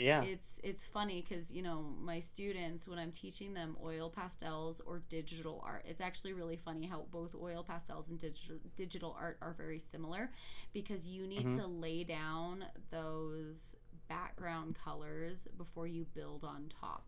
It's very different from other drawing mediums where you start with your outlines and fill them in. With those mediums, you need to get this vague gestural thing going on where you have all that background fuzziness filled in, and there's nothing specific that you're actually looking at, but you have the structure now, and then you can go in and start adding these fine details and then start cleaning it up at the very end. And so, I mean, even if you go in and just write one scene that you've had on your mind and it's not chronological in any way, like, I think that's helpful. So for me, at least, when I'm writing things, for whatever people feel about it now, one of the big things I remember for Your Hero Academia when I released the chapters containing the events of Kurai's death was it was a pretty positive reception, and me, like, to me it felt really good to get that, because those were some of the first scenes that I wrote in creating the story, and I went back to the beginning in the sense of, like, this is what, like, this scene where he's dead is where it all starts, and I'm trying to get there. Yeah. And so, like, I had that goal that I was angling toward the entire time. Maybe for better, maybe for worse, probably, is that for a little bit, it's not that I lost sight of where I was going with the story, but I lost a point to fix on to drive the story toward there. Like, I knew where what do you mean by that? Okay, so, like, everything that I did leading up to Kurai's death, everything was aiming toward that moment. And after that, I still knew what I wanted to do with the story, so I kept going. But there was no... You weren't going to anywhere. I was going toward an idea. I wasn't going toward a moment. A fixed point. To a fixed point. It's like that scene in Finding Nemo where, like, at the very end, where, like, well, now what? Yeah. Well, I mean, but I do see what you're saying. I think that the problem, though, too, is you didn't know how the story was going to end. I had a pretty good idea of how the story was going to end, but... But what I'm trying to say is the canon story was still ongoing. We didn't have something that was totally resolved at the time. And you went, the whole thing came from, what if there was a Nomu who didn't want to be a Nomu? That was the whole thing that started the idea, right? But then you caught up with the story and you had to wait for it to really progress further so you had any idea where to go with it. Yeah. There's something of that. Like, all that's saying, now so, like, for Pokemon Warpath, I have, so for each of these acts, I have I haven't written those out. I haven't written those out yet. Sure. But they are I have the conclusion of Act 3 written out. So, like, I'm going toward that point. Okay. When I start working on Act 2, one of the first things I'll probably write is going to be, like, the climax of that, or maybe the epilogue of that, so then I can write towards that. And then same thing for Act 3. Yeah. Like that, like, that's just, like, that's something that I have done, and I know that it works for me, and it seems like the audience responds well to that as well. So I have learned, so like, again, all this is a giant writing exercise for me. I'm still learning, and now that I have learned a part of the formulas, like, this works, so I know to do this again. Yeah, no, of course, definitely. All right. Well, yeah, no, I mean, thank you for all that. That actually was really, really good to hear. Yeah, of course. Yeah, thank you for your input. Yeah, the feedback is always so good. It is legitimately priceless to me. Like, being able to receive this kind of feedback from people. Like, even if I don't always agree with it, even if I argue with it, it is a blessing to me that I am able to have this. Because if I was just stuck inside my own head, it wouldn't be for good writing. Yeah, no, I get that. I totally get that. Yeah, no, again, no problem. I love reading your stuff. I always love I love reading it. All right. Well, I think we will catch you on the next one then. Yeah, no, definitely, of course. Definitely. I can't wait to see more. You're not gonna have 2 months to read the next one, though. You only get the 1 month this next time. Okay, I'll keep that in mind. I'll wait till the last Silver, day. thank you so much for joining us, and we'll have you out on the next one. Got anything I hope you two have a great evening. Alrighty. Remember, everybody, gotta catch them all. Bye. Pokemon.